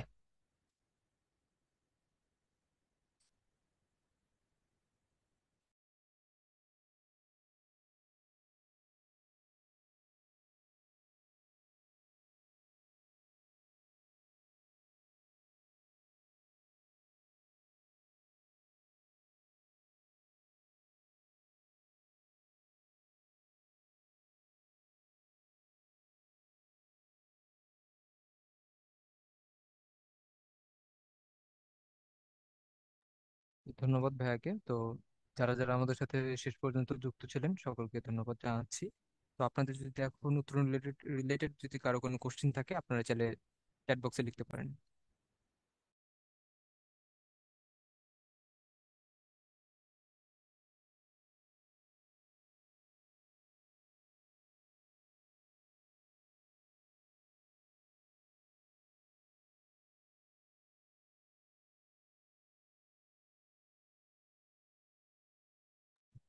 এই মামুন ভাই, আমি হচ্ছে ওদের পিডিএফটা আপনাকে পাঠিয়ে দিচ্ছি, ঠিক আছে?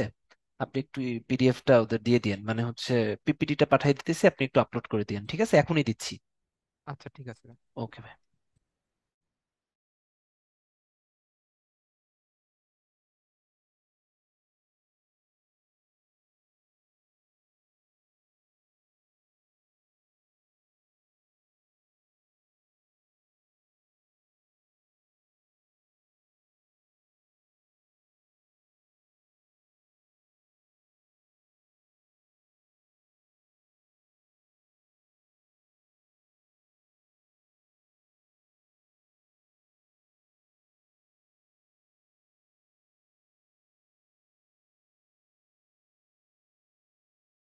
তা মাহিলা মাহিলা আপু, আপনি কি উইকলি এক্সামে কি অ্যাটেন্ড করেছিলেন?